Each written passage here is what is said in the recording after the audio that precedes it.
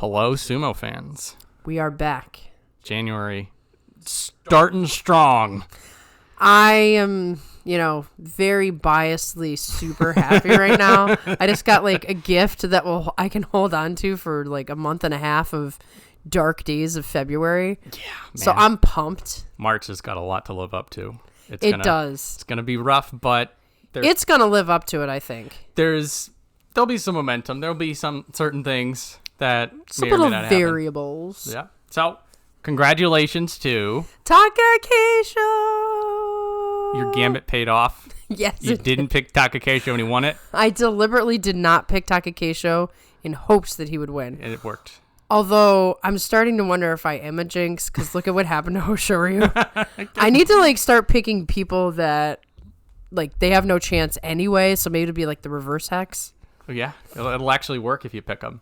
Yeah, but I want to do a quick shout out to Q Breezy, who picked Koto Shoho. Almost got it. You were so close, and that was an out and left field pick. So good on you. I feel like you deserve some sort of prize. He saw the code. Yeah, that's right. Oh, there's a lot to talk about. Yes. So we will start as we always do at the top, which interestingly enough, Terunofuji was not present. Not a factor in this 0, 15, still recovering from his knee surgery. His time away has sort of let this excitement play out.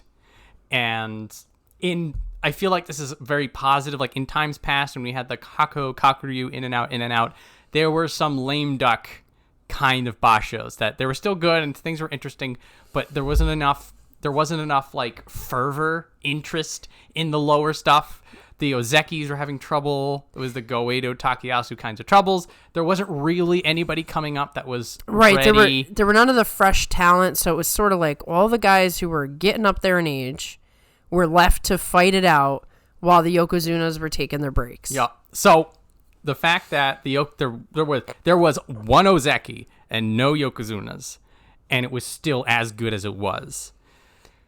Very good sign. However, Terunofuji cannot be happy about any of this. Can you just imagine? He's sitting on the couch I should be in there. Yeah. So we have Terunofuji sitting on the couch, healing up, reading about scandals of his own stable. Yeah, and his coach too. So I cannot help but think as soon as he comes back, which is hopefully March, but could be May, but very likely March, he is going to want to just smear people. Oh, he's going to want to show that Yokozuna sumo. He has got the Yokozuna pride. He's got his stable pride. And then he's going to have a fresh pair of knees. That's right. So let's hope that doctor just gave him a whole new lease on life. That's all I can say. He's going to be making up for lost time because last year he said he wanted 10 U shows by the end of the year. He needed 4. He got 1. So I'm looking at Terunofuji and I'm saying everybody else is going to be in some deep trouble. Yeah, it's going to be so you thought you were the next great thing. Welcome back. I don't want to see what's going to happen to poor Hoshoryu when Terunofuji comes back. That's the kind of thing. I mean, if you look at it, Hoshoryu was 8-7. Yeah. If Terunofuji was here, 7 and 8. That's so big. So big. Go down the whole list. Every one of these guys. Yeah. They count a loss for each one of these guys. That's Wakatakakage skates by with an 8-7. Hoshoryu is Makakoshi. Yeah. Kotonowaka isn't. Kotonowaka is definitely. There's quite a bit there. So March will be exciting when he comes back because, the substitute teacher is gone and the real teacher's back and he is going to rein everyone in. Oh, and he's going to gun at Takakeisho hard. Oh, the two of them they already have a great rivalry. And now that Takakeisho has turned it up a notch. And trying to knock on the Yokozuna door, he's going to want to just get in there. And, already excited. Already March has that going for it. Mm-hmm. So Terunofuji not here, but don't forget about him. I was going to say, he is not forgotten in this. Forgotten. Not in this podcast. So next up, Takakeisho, 12-3. Yusho winner. Mm-hmm. I have a feeling you have a few things you may want to say on this topic. Many things about Takakeisho, but anybody who's following this channel knows I did 3 live streams last week. He was heavily discussed, but I'll bring up a couple of those points. It's been very interesting. I look at a lot of comment sections. Takakeisho had some of the classic matches of this Yusho.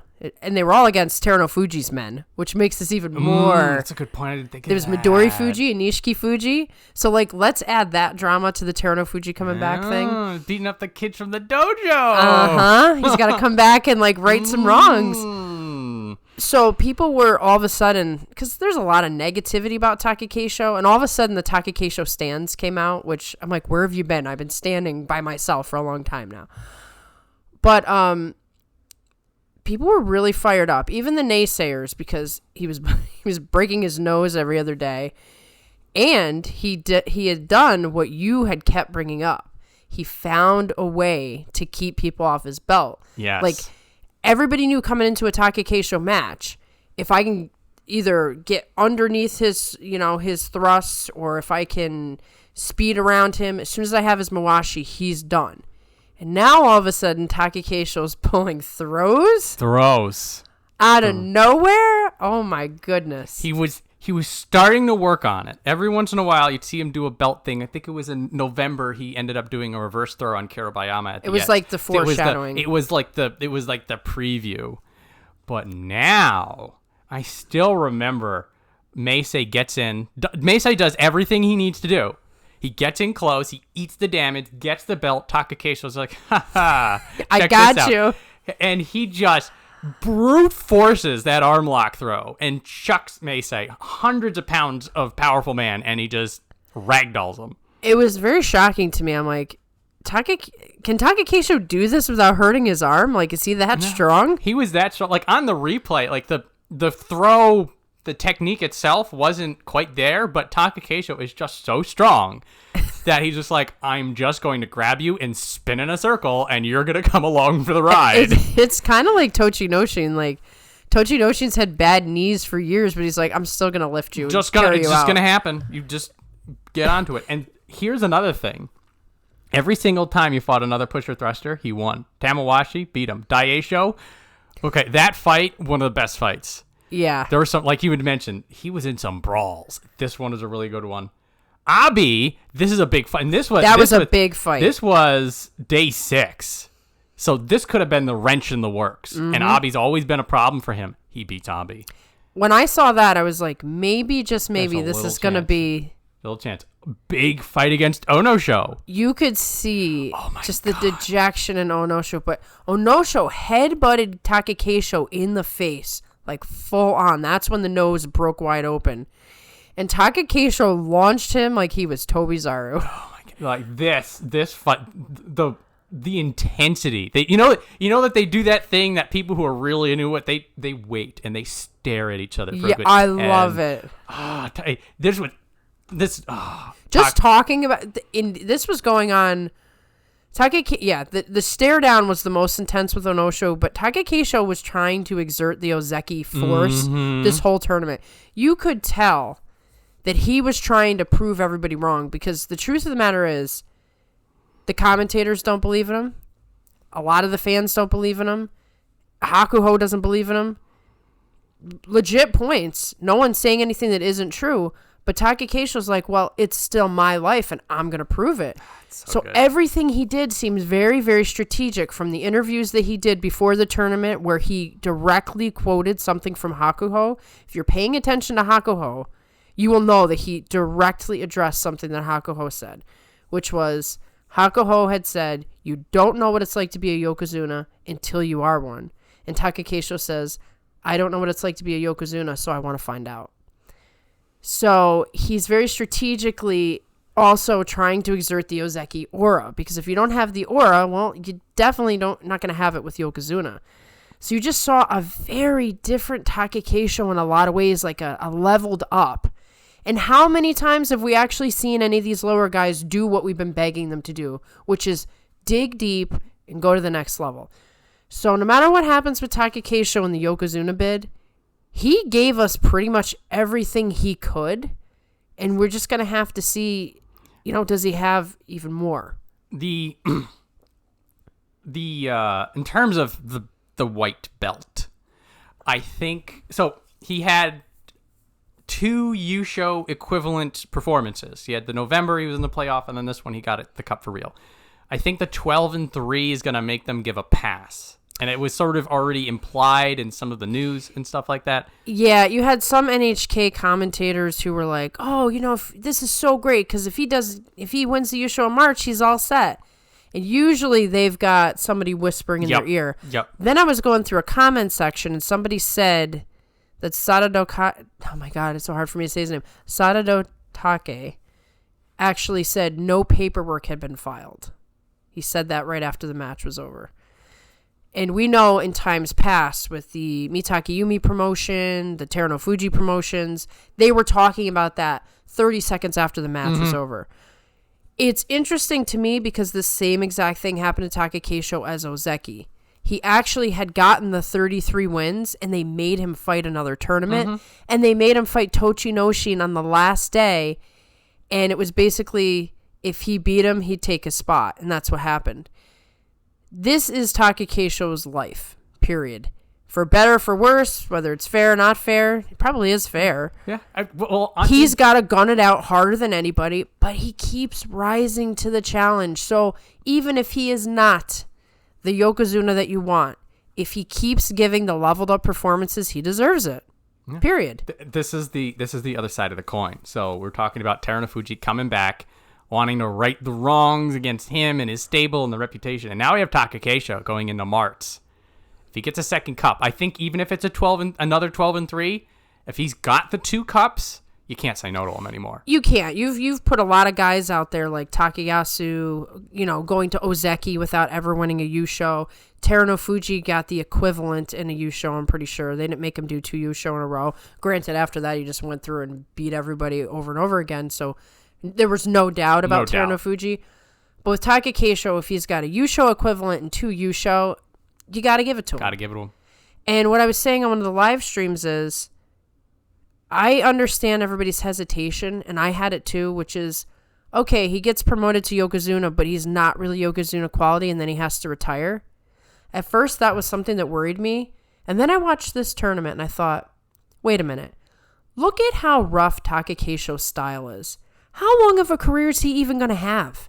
He could bust his head open, in May, and his career could be over. He's got to go for the top, even if it's short. Look at Kisano Sato. He could have been one of the best Yokozuna of all time. He was so talented.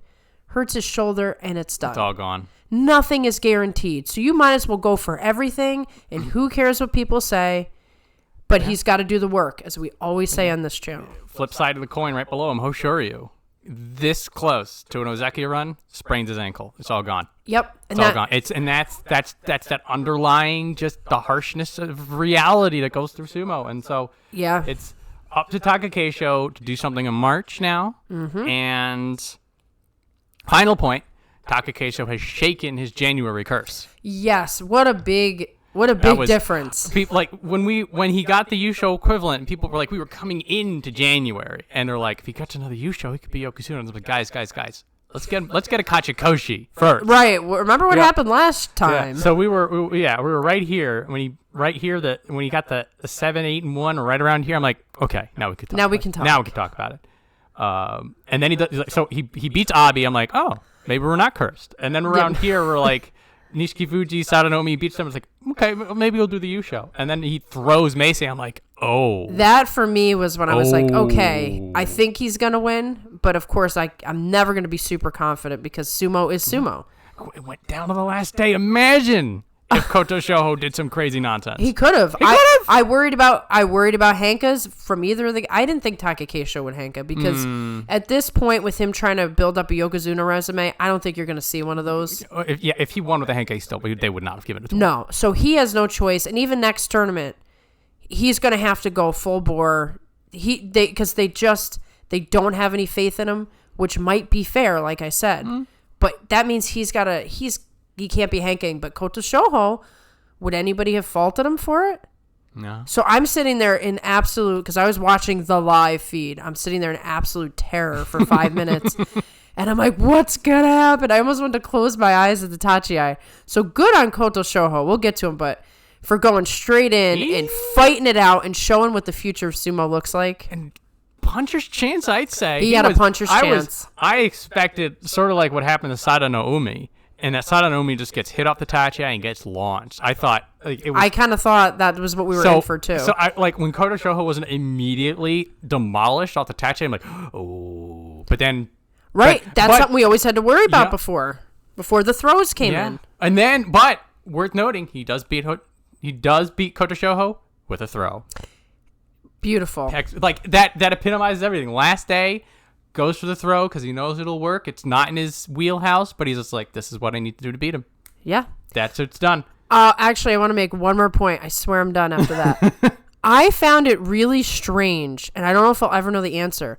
Multiple NHK commentators said that Takakeisho just won his first Yusho. On multiple days, they were either saying he was gunning for his first Yusho, then they quickly corrected themselves. So it was Hiro Morita. I don't remember if it was Murray, but I think Murray might have done it too. And then today, right after he wins, Raja goes, Takakeisho with his first Yusho since, and then he couldn't remember when it was. I'm like, what is that about? Like, do you guys really not think about Takakeisho at all? Or was there just a weird thing in the air? Just had to bring that up because I've never seen them do that with anybody before. And it's like, he's the Ozeki. You would think you would know how many Yusho he's won. But, moving on, had to point it out because it was weird to me. A lot of haters out there for your man, Takakeisho. That's all right. I got you. Just like you got a Kiseyama, I got Takakeisho. Yep. Don't have to worry about haters for him. There were some, just aside again, there were some beautiful comments about a Kiseyama in some of the comment sections for Sumo. You should, I'll point it out to you later. Like, there are some huge Kiseyama fans out there. You can't hate that face. You can't. That blubber body. Come on. It's just amazing. He's beautiful, man. He's like the laughing Buddha. Okay, so one from Takakeisho to, unfortunately for Wakatakakage, you got to follow that. But Sakiwaka 1 East, 9-6. So I would, with a 9-6, you're really only starting the Ozeki run if you do really well next time. It's a weird, it's a weird like placeholder. He has been struggling. Now the 9-6, he got it together, 4 wins. Right, it was looking a little dicey. And until the end. And in fairness, like his week 2 is always better. And we're like, but he gotta work on that week 1, man. Worth noting, talking about people picking up the belt who haven't really gotten it before. Belt Meisei and Tobizaru out. So I can't help but feel that the brothers have been swapping tricks. Yeah. Because and now, not to say that Wakatakakage hasn't been doing belt work stuff. But a lot of his wins were that textbook, low source of power, pushing up, you can't move him. But now he's sort of transitioning, and he's getting the belt on people, particularly Meisei and Tobizaru, who are like the fast, flighty types of people. The wild ones. The wild ones who may have like the edge on his normal sumo. So the mental focus, there's something going on in there. I think he's finally showing the cracks in the armor. Yeah, I'm guessing. This is all my guessing. He realizes that he went from winning a Yusho and being the next hyped Ozeki to just sort of meandering. And so this is when you start to have a conversation with yourself of, do I need to add more to my repertoire? The problem is, as you're practicing this repertoire, you might not want to unveil it in a tournament until you think it's really good. There could be some of that secret weapon kind of. Exactly. Like, I feel like that's kind of what we saw with Takakeisho. I mean, we haven't seen him do throws until this tournament, but that doesn't mean he hasn't been practicing them for a while. So Wakatakakage has probably been practicing a lot of things, and maybe now he's just starting to feel comfortable enough to throw it out there. But we also talk often about once a guy's changing his style, sometimes it throws his timing off. Yep. Sometimes it makes him insecure. Sometimes he's just so inconsistent now because he's not really sure. With all these different techniques in your head, and you're not as good with some as others, Are you going to rely on the same old and get red? Are you going to try a subpar technique that... So it's like you said, transition is really the word for him because he is capable of being the next Ozeki. But the competition always gets harder and harder. So I'll put a positive spin on this, that he is working on it. Right. He's not sitting on it like other career Sanyakus. And so the hope is that once he finishes this revision, that he'll be back to where he needs to be. And it could be that he realized, I'm not going to get the results I want with just what I have. I need to get more. Right. Again, this is all the hope. This is the optimism playing a bit of a narrative on what I'm seeing. Well, we don't really see necessarily an injury or something, and he doesn't look like he's falling apart like Shodai. So it does seem like maybe he's just trying to get himself together. And, basically in this sport, you have to keep leveling up. You have no choice. Even if you're a Yokozuna. I'm sure there are points in Hakuho's career where he's like, yeah, I just won 2 Yusho in a row. I need to train harder. Mm-hmm. I need to do this. I need to do that. I'm sure Hakuho never stopped trying to level up. The evolution of Hakuho's game around his aging body, his injuries, is fascinating all into itself. It is. People should do lifelong research on him if they want to be the man in sumo. Mm-hmm. So with the 9 and 6, I would say it's a soft reset. That we could use the 9 and 6 if he does gangbusters, but if he shows up in March and he's tearing everybody apart, we won't even think too much about it. Besides, oh, good, he's got his place marker. Yeah, because if he does 12 wins in March, that's 21.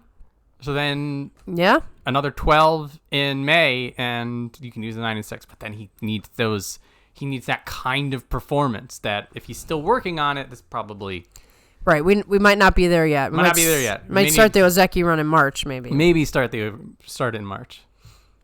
So we are at least happy that he went from 5 and 6 to 9 and 6. Yes. So there was that final few days, I was concerned that it was going to be a complete collapse. Me too. And so he pulled it out. Yes. So ultimately it's positive. Ultimately positive, but a little murky. Yes. So also positive, but very murky, unfortunately. Sekiwaki won West. 8 and 7, Hoshoryu. That sprained ankle just bollocksed everything up. It did. I do feel for him. Yeah, he, because from that point, he loses 3 in a row. In fairness to Wakatakakage and Takakeisho, who... I mean, these are guys he may not have... He could have been super healthy and still would have lost those. But then that's the razor-thin line, the bad luck that we were mentioning with Takakeisho.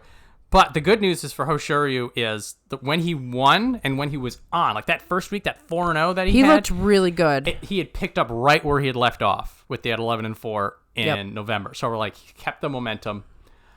And so it was just that threw him off his game. And so he does, hair pull notwithstanding, does win the last day. It would have been, so with the 8 and 7, you're sort of a non-starter at that point, unfortunately. So Hoshoryu would have to restart again. And even if it was a 7 and 8, he would have still been in Sanyaku. So not... Right, it's not that great. It's sort of a half measure kind of a thing. But I think Hoshoryu, I am not worried about him. Wakatakakage, I'm a little worried. Mm-hmm. Hoshoryu, whatever. Well, I mean, he's got a lot of grit to him. There's a lot of grit. I feel like for Hoshoryu, there's an inevitability to it. Yeah, it's not, is it, but it's when. So, I see this and I'm like, whatever. He'll just, it'll be end of the year, he'll be Ozeki, instead of it being May, it could have been.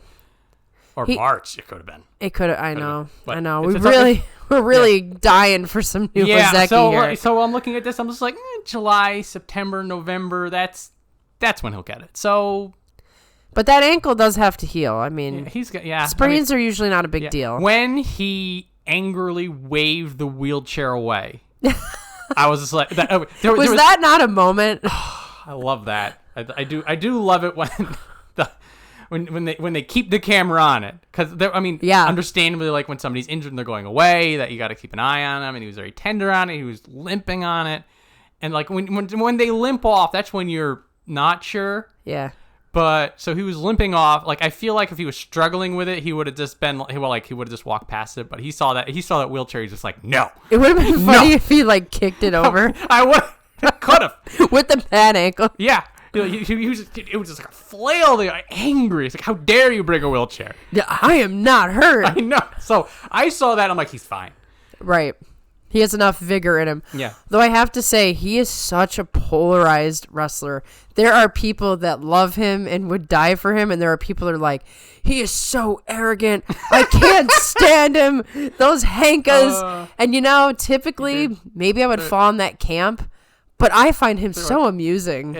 He does. It's the tactical henka. He does do that. I think he did it in this tournament. He did. It was beautiful looking. It was. Well, there's a technique to it. Like there is. Yes. We're not going to talk about henkas, even though there are a lot of henkas in January. But we're not talking about it. No, we've put that to bed. Put it to bed. But we can talk about it in terms of Hoshoryu's way of doing it. Yes, because there's the completely jump out of the way.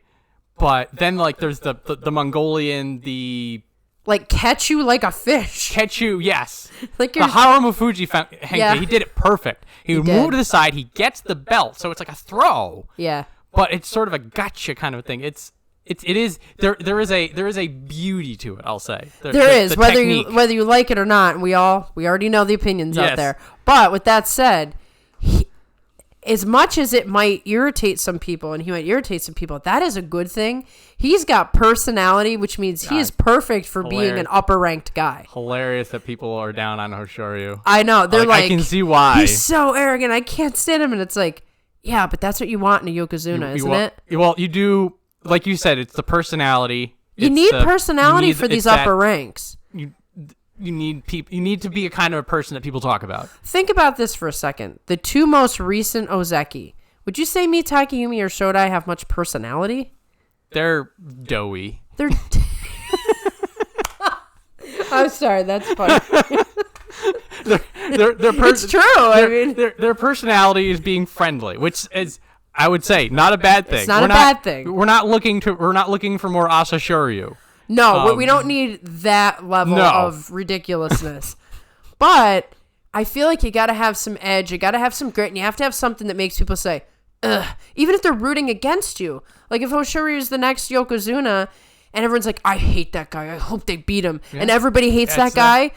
That's beautiful for Yokozuna. I'll call it the Floyd Mayweather effect. Yeah. People will pay with the hope of him getting knocked out. Exactly. And then he never does because whatever. Exactly. But that's what you need a Hoshoryu. Get a little bit of a heel going. Yes. He gets the leather jacket now that Terutsushi's like probably not 5 even and gonna 10 in Juryo. I hope he stays in Juryo. I bet you he's gonna be another retiree. I don't know. Well, we'll keep our ears to the news on that. So anyway, Hoshoryu with a setback, a delay. We'll call it a delay. So for March for him is the angrily shaking away the wheelchair and getting back on the Ozeki race. Well, I am already looking forward to that. But now we really only have, well, never mind. We're going to get to Kiribayama before I say that. So next up, we're going to have to do a little bit of a trip to Debbie Downer land with Takayasu, Sekiwaki 2 East, 1, 5, and 9. Stop me if you heard this one before. Takayasu gets a real good head of steam going. It looks like finally everything's going right, and then he gets injured. I think we have this record on repeat, and it's skipping. So, yeah, we're gonna take that back-to-back runner-up momentum and throw it in the bin. Yep. And I have two thoughts on this. One is he's going to need to go to Tamawashi and borrow the Fountain of Youth if he wants to finally make this work. Yep. Because it's going to take a while at this rate. Mm-hmm. On the other hand, if you were to pick one other person besides Tamawashi to just be struggling it out in 5 years, it'd be Takayasu. It would be him. Yeah. It'd be him. Like if you look at some of these other people, like Terunofuji, he's gone in 5 years. Yeah. Takakeisho, probably gone in 5 years. Probably gone in 5 years. Could do a pivot. You know, you look at who's another veteran? Daieisho gone in 5 years. You think so? Yeah. Yeah, he's got a rough style. Yeah. So like you look at some of the people in that age group and Yeah, Okinomi, gone in already. Yeah. Anyway, so I feel like it's like he's at this point. Like I feel there's some sort of like the way his mind is working is that there's no curse that works on him anymore. Exactly. Mentally. Exactly. There's So- really nothing you can do to him. So yeah, so like on one hand, it's just like, well, he's gonna need 5 years to get back to Ozeki. On the other hand, he's just like, he'll do it. Yeah. He'll do Ozeki, or Only he'll 5 years. maybe in the last year of his career he'll get the Yusho. Yeah. And then we'll get this like big teary-eyed Retirement Yusho. Oh man. Can you, like he gets the copy, he's just like, that's it, guys, I'm out. Yeah, he's like in his final speech, it's so glad of the Yusho. I'm retired. Yeah, like I'm like, done, guys. Guys, I'm done. Yeah. I have the trophy. I'm good. he takes the cup and then like Hakaku hands it to him. He takes it. He bows. He just gets out the door and he runs out the door. He's like, I don't even want the trophies. I'm out of here. Somebody else gets the macaroons. Give it to Daieisho. Go to Daieisho.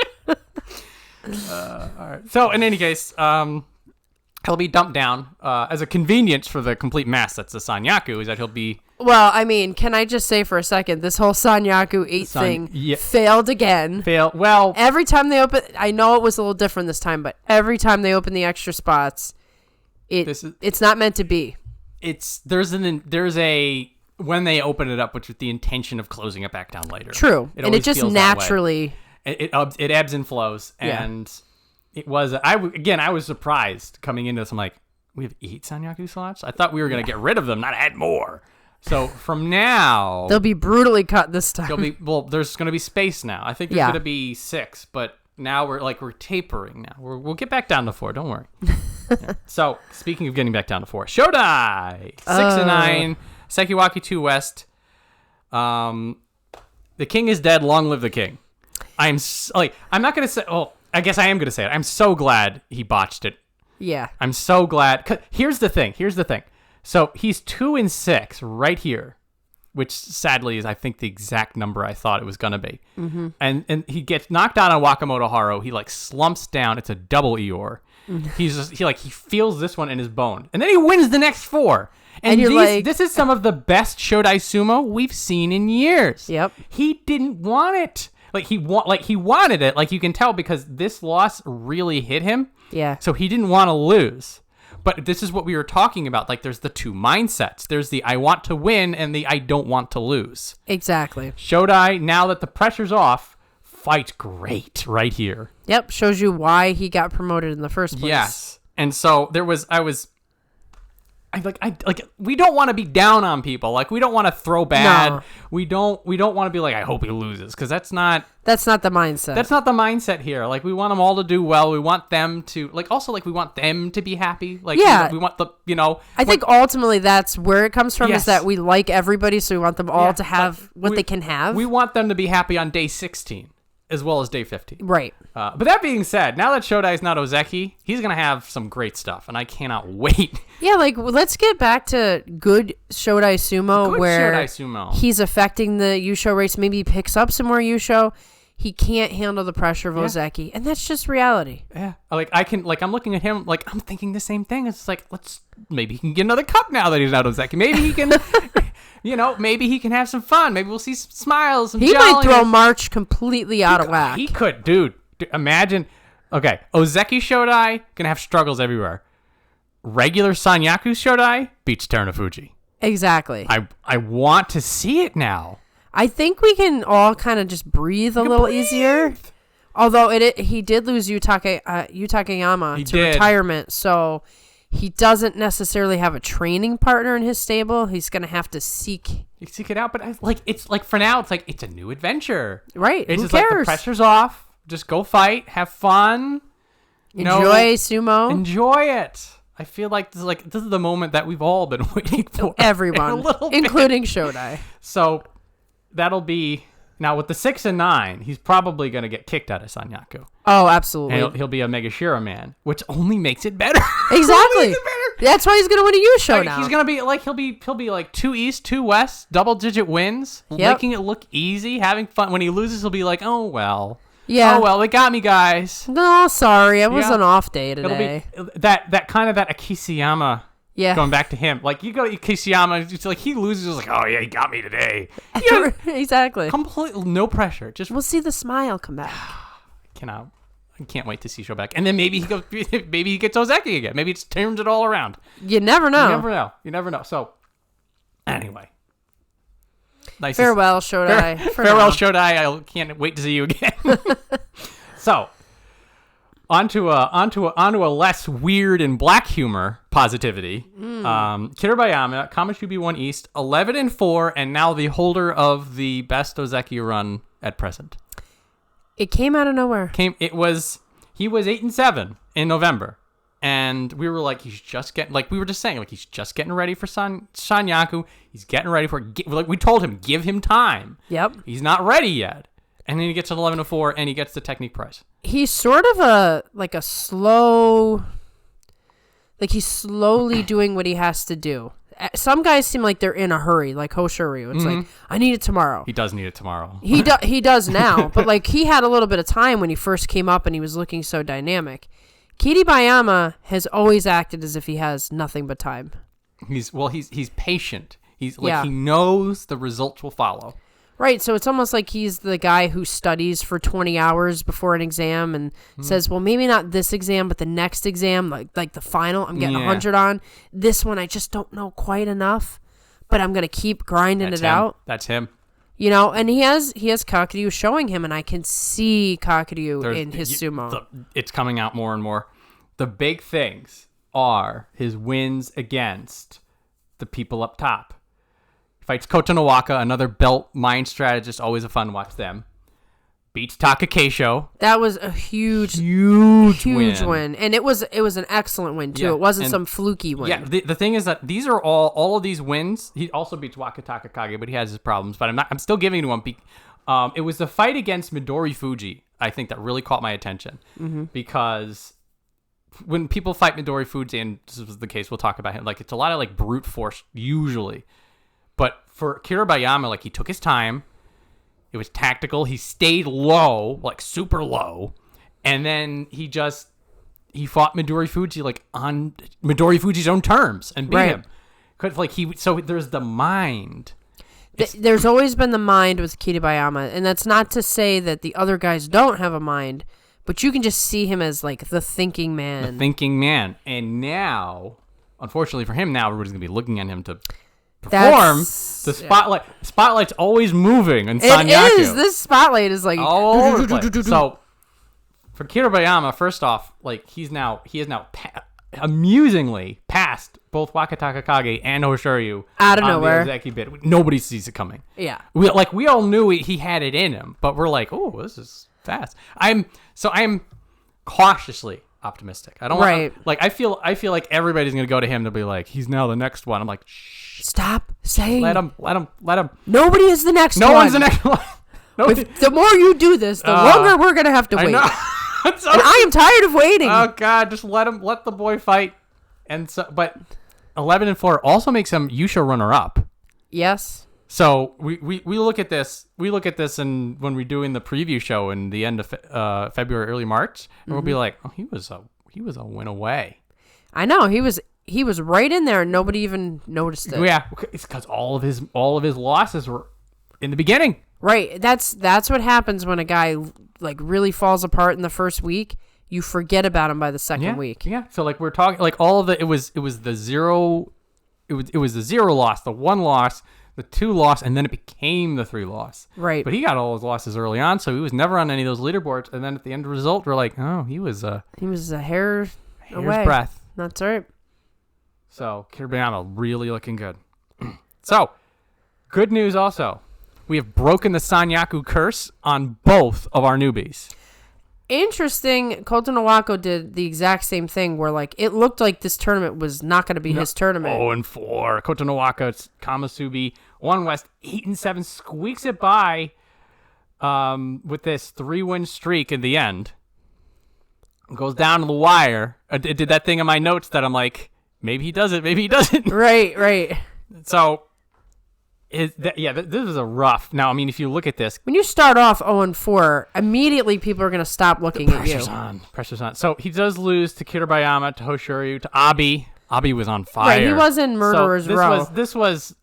These were not unexpected losses, but then he comes back, rallies it back, right? Similar to Wakatakakage, like right here, he was 5-7. So he was back against the wall and he gets it done. That Takakeisho match was huge for him. Yes. Because without that, it's 3 losses in a row. He's not getting an 8-7. And also, I could just tell, I was doing the live stream the night before. I'm like, I just know Kotonowaka's going to win tomorrow. He's such a talented guy that you're going to bring everything you got to an Ozeki fight, especially if that's the only one. You're not fighting any Yokozuna. Yeah. This is the only Ozeki. Maybe you're going to put all of your power and all of your energy into this fight. And he got to, Takakeisho was obviously nervous, so a little bit of it was just Takakeisho. Bit of Yusho nerves, but Kotonowaka won convincingly. Exactly. Like, it showed you what the potential is. Was this the one that Takakeisho, does a real Comedic bounce when he fell off? Not to throw it on him. It definitely didn't look like, Yusho winner, Yokozuna candidate. No. Kotonowaka looked like he was the Ozeki. Yeah, so he had his day. By the way, props to the Tobizaru fight. So this was the one where he goes to get Tobizaru out. Tobizaru does a spin, then throws Kotonowaka. Kotonowaka then does a spin, and then they're both standing there like, we're spinning, we're dizzy. What do we do? And then they go back into it. So that was beautiful. This was a fun match. Yeah. And there was a lot of fun matches in January as well, but this one also showed that he's got good balance. He's got it there. Tobizaru probably would have gotten that against most other people. Yeah, Kotonowaka's, this big, tall, heavy-looking guy, but he's very, very agile and very quick. Very quick. So he's somebody that I hope in a couple of tournaments we're saying Kotonowaka's starting his Ozeki run. Yes, could be. He's capable of it. It feels like he's still getting his feet sturdy, but the 8-7 says this was not a fluke. It's not a placeholder like a 9-6, but at least it's I'm going to continue to go forward. I've earned another shot at this. Yes, exactly. Can't kick me out. Yep, I'm hanging on by a thread. For now, by a thread, but then later on, by a little more. Exactly. Optimistically. Easing himself in. So, unfortunately, Kamazubi 2 East, Meisei 5-10. So, there's a few people that I'll say drew the short straw. That when you have this level of intensity in a fight, in a match, in a way, personal talent can just get, drowned in the level of everyone else's stuff. Hype. Yeah. You can feel there is a tension. And we're not going to talk about the Henkas, but there was a lot of them, and I feel that was because there was a lot of pressure. And this may go into the new year, new person, a lot of expectation, the first match of January, and also that there were a lot of people that had a lot of positions of importance. Right. There was both at the top and at the bottom. Yep. For Meisei, he's finally back in Sanyaku, and I feel like there's still got to be some Meisei doubters out there. Oh, tons. So I feel like some of that's on the side. So worth noting that his fight with Daieisho was just absolute glorious violence. And this is something that Meisei does that I feel like people overlook. He will stand and deliver along with the rest of them. And so he won it at the end.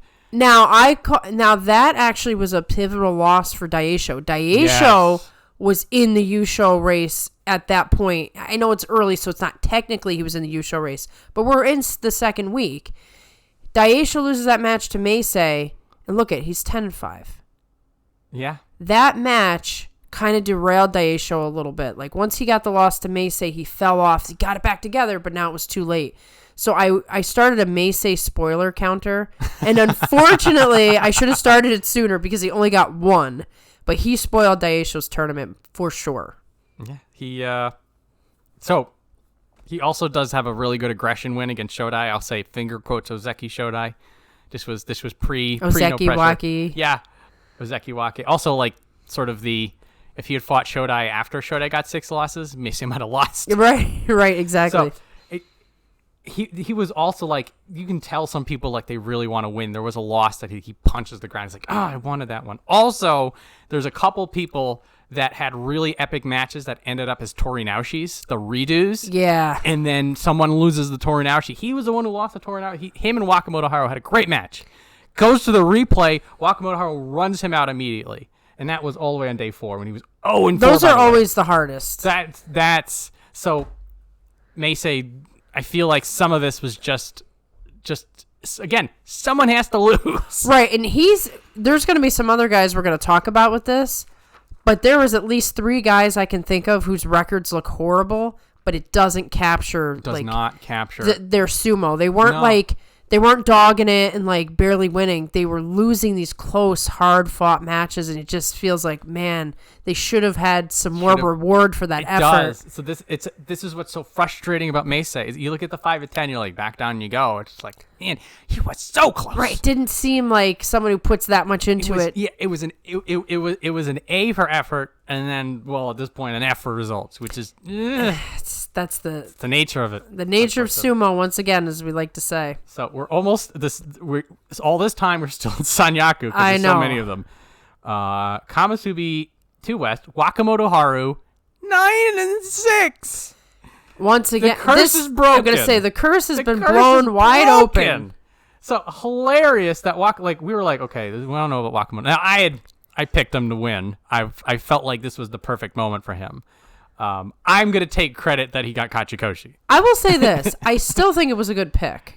Well, it could have worked out, but I will also note that yet another 9-6 out of Wakamotoharu, who just keeps going forward and has been beating people by pushing down from low from a foundation of strength, where Wakatakakage teaches Wakamotoharu the vice versa is going on. Yes. He's learning how to push and how to be aggressive on top of the belt work that he's good for. You almost wonder if Wakamotoharu is going to pole vault over Wakatakakage because he's improving. So we have Wakatakakage, who's the man, who's doing such a great job, but I'm seeing such improvement in Wakamotoharu that I almost wonder, is he just going to push right past his brother? We're getting to a point where the both of them are just going to be right here next to each other. Yeah, and then it's going to be them fighting it out in theory because they can only fight in the playoff. It'll be a relay race. Yeah, exactly. They'll just be running right next to each other, be like, I'm getting there first. And they'll be sitting across from each other, at the final matches. Yeah, and another tactician, him and Kiribayama have similar, fighting with the mind kind of things, which are very fun, very exciting, and both of the newbies cashing it in. So I guess maybe that was worth it for the extra spots right there. Oh, that's so again, it's good, it's bad. I do feel like when they do open it up, it resolves themselves. It does. I mean, when I'm talking about the failure of it, it's more of they were not factors in the final There's that result. too, yeah. So when you get into Sanyaku, that's when your progression basically stops. Right. And you hit a point where you're either petitioning to go higher or treading water. Exactly. And this is the almost everyone was treading water. This is the Wakatakakage problem, is that there is nowhere for him to go with a 9-6. Right. It's the absolute worst. It's this being here sucks. Being here sucks. Oh yeah, Takakeisho's I get it. Yeah, so once you get to the top 5 in the world in sumo, you can't get promoted anymore. Right, you're I'm just killing myself day after day to just stay in the same exact job. So that's Wakamotoharu's future. I know, it's you sure you want to do this, buddy? It's not that glorious up at the top. Congratulations. Although, think about how much money Takakeisho just won in this tournament. Oh my god. He's getting that giant stack almost every day. Yeah, he did. I think it's, what did they say it is? There's 12 envelopes with... Each envelope is about $600. Yeah, I mean, he took home thousands of dollars in this tournament. Yeah, well, this is the benefit of being the only top-ranked person, the guy who also fights in the last... Right, you get everybody's envelopes. Well, the last fight of the days were probably where the most envelopes are, because that's the biggest match. Must have been a nice day for Kotonowaka. I mean, when he took one of those home. Yeah, that's getting that cash certainly sweetens the deal. Exactly. Wakamotoharu, well done. Beating the curse. Making it look good. And perhaps... Look, we said it for the 9 and 6 for Wakatakakage. It is just as true for him. If he does really, really, really well, technically it's the start of something with a 9 and 6. It's not what you want, but... You never know. If he gets 13 wins, he's on Ozaki run. Yeah, and I think he can do it. It'll be wild, but anyway. Don't sleep on him. Don't sleep. We're out. Down to the Reagan Filers. Finally. Yeah. That was so a long one. much going on. So Megashiro won. He's Tobizaru 8 and 7. Squeaks it by. I am really glad about that. I thought he was gonna. This was a squeak. So hilarious in the beginning. He has that lavender belt. New look for him. That belt was cursed. He threw that thing off. He burned that thing. Burned it. He just handed it back. But right here, he's like, no more. No more. I do like looking for the new belts. They're always nice and shiny. Fun. And so, like, new belt, new energy. To go to Tobizaru, bad energy. Throw it back. Get rid of it. throw it back. The new belt never seems to work, actually. It's sometimes. I mean, if you go from like a purple belt to a black belt, maybe. But like whenever you try these like fancy colors, it's like, nah, it's not sometimes working. well they go. I like the attempt. Also, it's fun to see the new. I like when it. You know that these belts are these these 9 foot pure magical silk, like $10,000. These stupid expensive. So like your fan group goes to you and says, you know, we all got our nickels and dimes together, and here's this magical belt. And like so you feel that, and then Tobizaru's walking. Look at this new belt they got for me, and then he sucks. Oh, it's so bad. But in the end, so yeah, he gets the old belt, gets the old energy back, and then cleans house. Cleans house at the end. There was a bit of, I'll say, regression in the way he was fighting. Yes, and there was. There was nerves and like sort of it felt like the focus wasn't there for a little bit. There was some pressure going on with him. He was starting to fly out of the ring again. Well, that's I'll say like Monkey King as I was the moniker I gave him that nobody asked me to. Was him being low, aggressive, keeping his hit and shift, but then also doing like legit strong chest to chest sumo and throws and aggression and like game face. He went back to a little bit of his hanging around the edge and hit and running stuff, and then getting thrown out into the end. And so, and there was where would I have it written down? I believe he had there were a couple of like his slips were like just bad footwork, which is out of character for him. Yeah, well, out of character for his new style. Yeah. So now, but he got it together in the end. Also, he beat Takakeisho. Was he one of the ones who beat Takakeisho? Day 2. Wow, I like forgot about that. That's right, because Takakeisho had that one loss forever. Wow, I forgot about that. He outworked Takakeisho. This was impressive. Like day 2 when he had the bad belt. Yep. What he did is that he got on his bike and he ran around Takakeisho basically until he was able to get the angle, and then Takakeisho could not keep up. And it was impressive. That's one of those things where early on, before Takakeisho could get a momentum going, like once you win 4 or 5 in a row, like it's easier to keep winning. This is when Takakeisho is just entering in again, and it's like, oh, I should be able to beat Tobizaru, and he doesn't. So again, maybe the belt wasn't unlucky. Maybe he just used all the luck on day 2. I bet you that's it. It ran out of luck. So again, one of these the paper thin margins on some of these fights. Like if he lost to that, he's not 8 and 7. He's not 8 and 7, and Takakeisho is 14 and 1. Yeah. Or 13 and 2. And that is everything changes on Isn't it amazing oh, to see like these little tiny things, little change, and we're talking about something different. Completely different. So, good news for him is that he's holding rank. I don't know if they're going to promote him. I feel like maybe they should, cuz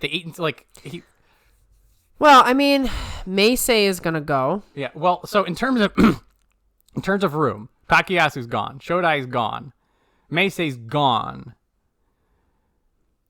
But you've got to promote Daieisho. You've got to promote Daieisho. And Tamawashi. Maybe Tamawashi. Right, so it's going to come down to, do they promote Tobizaru or Tamawashi? So here's the thing. They're like their even numbers. Yes, they do. So we're kicking out 3 people. So how does that work? So it means that it's a choice between Daieisho and Tobizaru. Got it. And they're gonna give it to Daieisho. So Tobizaru might not. He might be in a logjam. Because what that lets them do is they'll have 4 Sekiwake and then 2 Kamasubi. Right. Or they just leave it open again. They're like, let's just have 8 again. See what happens. And they just promote all 3 of these guys as Sanyaku. I don't know anymore. I know. It used to be a safe bet. They're like, shut the books, boys. We open it for 1, then we shut it down. I don't know. But at least he got the 5 wins at the end. And also, I'll say a little bit of luck sometimes help people. He was losing to Abi. Abi steps out. Ishimashi. Yeah. So, yep. Also, Mitakeumi does one of the worst henkas I've ever seen. Oh, I forgot about that. Please, can we talk about that for a second? Okay. Please. I said this on the live stream. I'm like, I want to take that video and plaster it everywhere as a cautionary tale of why not to henka. We have lots of discussion about why too.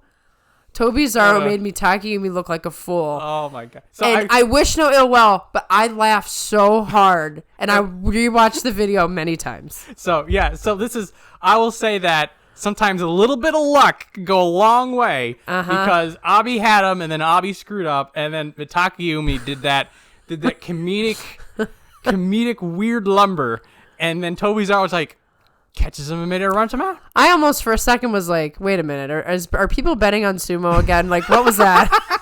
But anyway, well done. Tobizaru barely squeaks it out. Maybe you get back to Sanyaku, or maybe just whatever happened in the first week, you just got out of your system, and then come March, you're going to be doing well. I'm glad, because I had almost written him off after that first week. Right here. He's always on that edge of... He's 3-7 right here. Yeah. Like, oh boy, bad day. So very glad for Tobizaru. Yeah. So next up, the almost return of Yusho Daieisho, Megashira 1 West, 10-5. The way he was hitting people. He was fiery. He was fired up. Like I said before, his fight with Takakeisho was things of legend. I love their battles. His fight with Tamawashi, too. Oh, yeah. Oh, violence. And his violent. His fight with Hiradoumi. So as a budding Hiradoumi fan, I have some grievance. We'll get to that. But okay, we will talk about that. Just glorious violence. And he usually loses matches with Tamawashi. That shows you, because the two of them have such aggressive, violent styles. Yes. Tamawashi's been ahead of him a little bit. That spoke volumes for where Daieisho's at when he beat Tamawashi. Lost to Tamawashi. Oh, we lost to Tamawashi. Yeah. Okay, I'm sorry. So here's the one. His Achilles heel was the one thing between him and the Yusho. It's that he's got that parry weakness. Yep. And that's what Tamawashi ended up doing. He beat Tamawashi on power, but then Tamawashi was able to sidestep and knock him down. And he beats... See, that's why I'm like, throwing myself off. He beats Daieisho like that every single time. Mm-hmm. Every single time. So, yeah, he beat... Kiribayama, Hoshoryu, Wakatakakage. And that was Hoshoryu pre-injury. So, these are good wins. Shodai, technically a good win. Takayasu. Wakamotoharu. Well, even Takayasu was like not injured until a little bit in. So he was having some troubles from day one, but yeah, it's still Takayasu. So Daieisho did a hell of a good job, and is just telling them, "You're going to open up Sanyaku for me again." Daieisho's an interesting character because he is.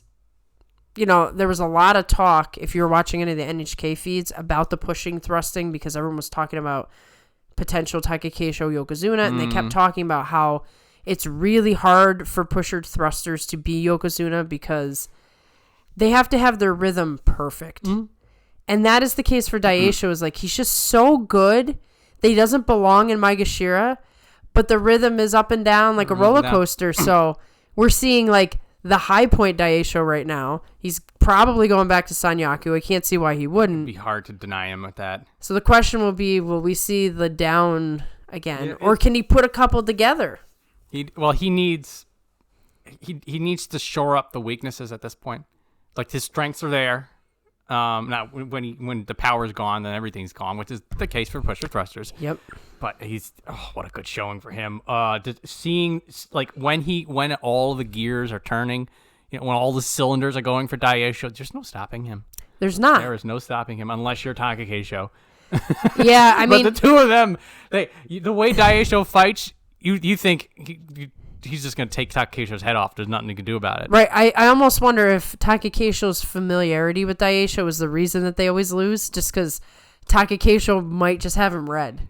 There's some of that. They've known each other a very long time. We're very friendly with each other. I bet you they're not so much now, though. It was interesting in that one tour. I think it was in October, where Daieisho just announces to the crowd, "Oh, Takakeisho's my buddy." Yeah. Oh, those guys. Definitely after the fights are like, oh man, they just stick tissues up their noses and then they go and they have a drink. Right, it's like, you want to go out get a drink. Go out and get a drink, yeah. Man, that was a rough fight, man. Man, you gave me a headache. I gotta get rid of this. You think you could like headbutt me like a little lower next time? There's gotta be so much fun going on.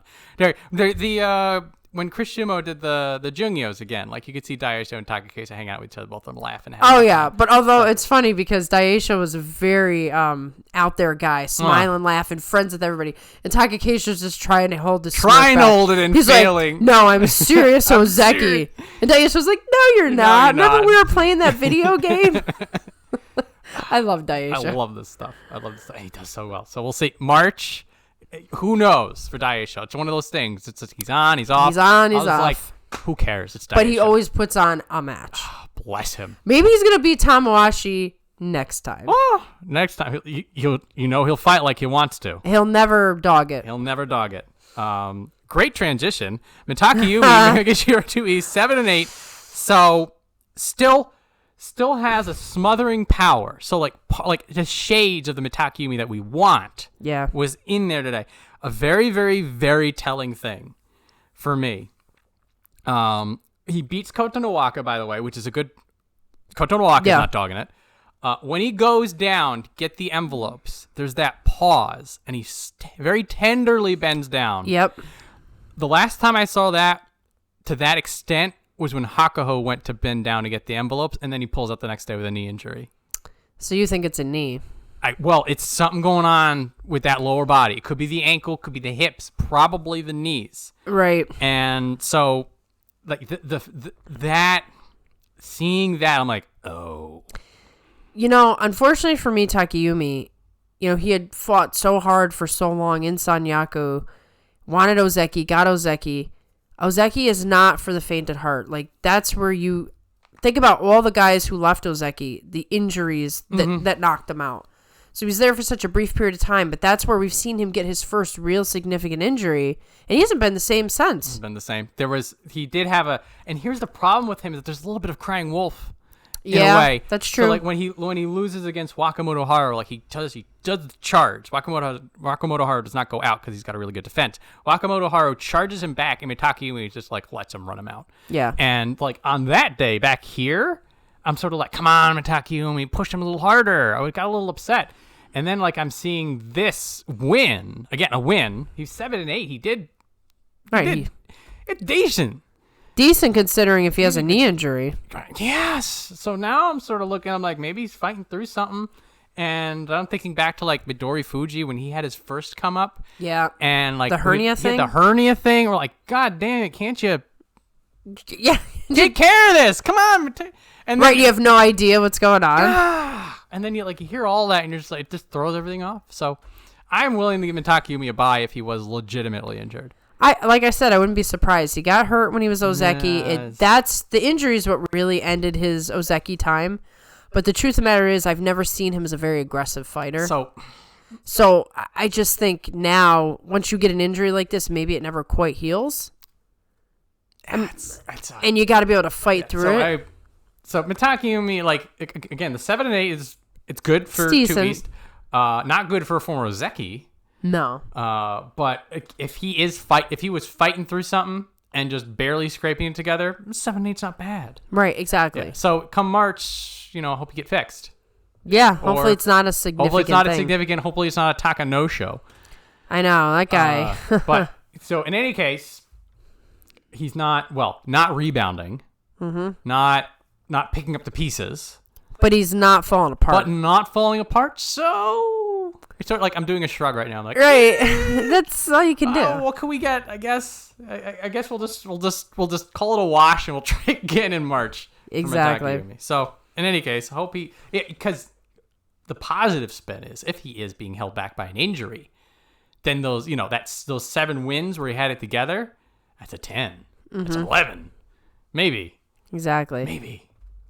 I'm hoping for you. Gunning for you, Mitakeumi. Just come back when you're better. Megashira 2 West. Tamawashi 9-6. Speaking of people rebounding. Well, this guy never really falls out. Never really falls out. He just has bad days. He's amazing. He's like a miracle guy. Yep. So does a belt grip to win versus Mitakeumi. So I feel like a lot of these pushers or thrusters. They're all kind of saying, let's add it. They had a meeting somewhere. Yeah, right. And Secret Batcave meeting. Yeah. So the first 15 minutes, they just beat the crap out of each other, and then when they got a lot of their system, they sat down and they had a talk. And they all were like, "We got to learn some belt stuff, guys. They're getting wise to us." And so now you're seeing a lot of these people. They're slipping in the belts, the grabs. Now for Tamawashi, some of this is like veteran tricks, but I don't remember him. I don't remember him going for the belt. So I saw that. Oh, by the way, another epic Torinaoshi on him when he day 1 fights Kiribayama. I remember this day 1 being pretty epic for day 1s. And this match was one in particular. Yeah, so Tamawashi's driven back, does a slap down at the edge, goes to Torinaoshi. On the redo, it's the same thing, but he's just better at it. He's crisper. Yep. And so, day 1 Kiribayama. Again, let's go.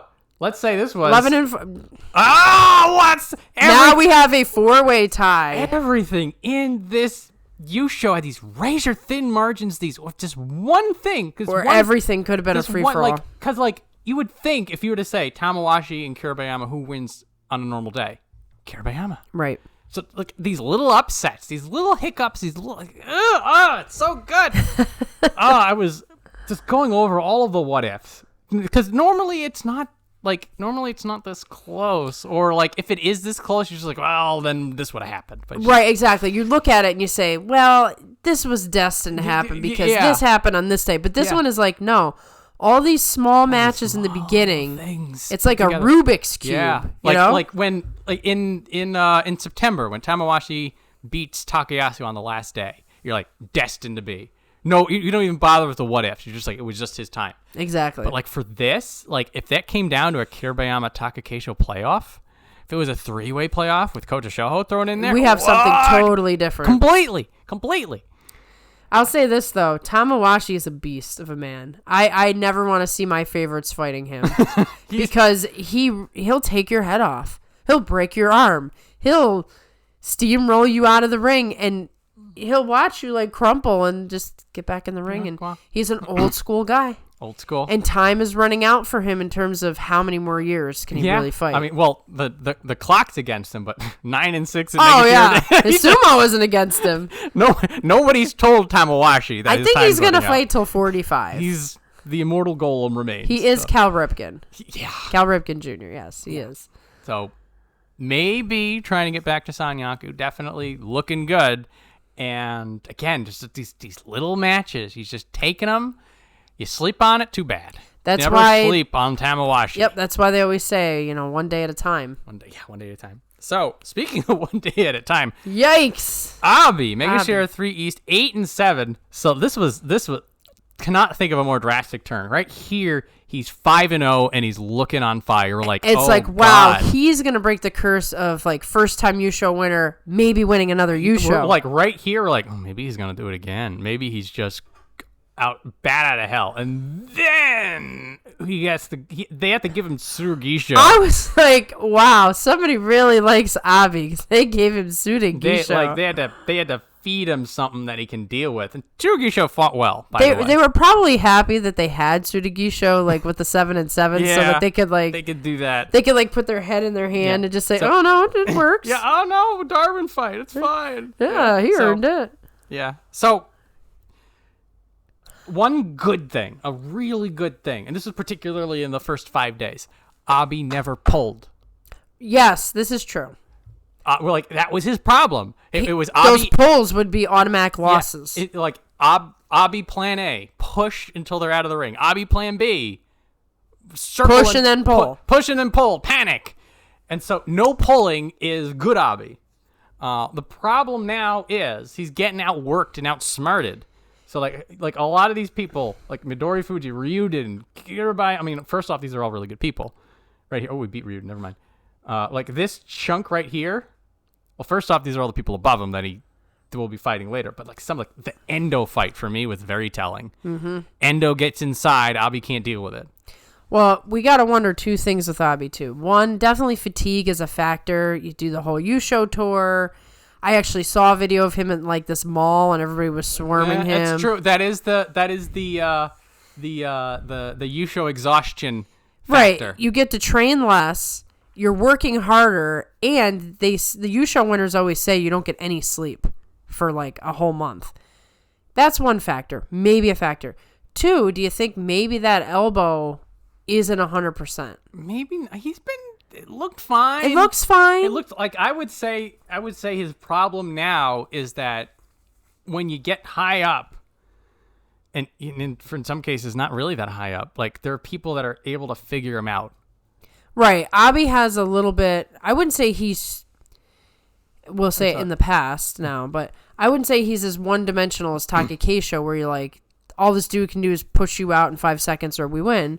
But Abi doesn't have a range of attacks yet. He might be working on them in secret. So I feel like the solution is something that he already has, which is that the studying. Like he talked about how he was studying tape.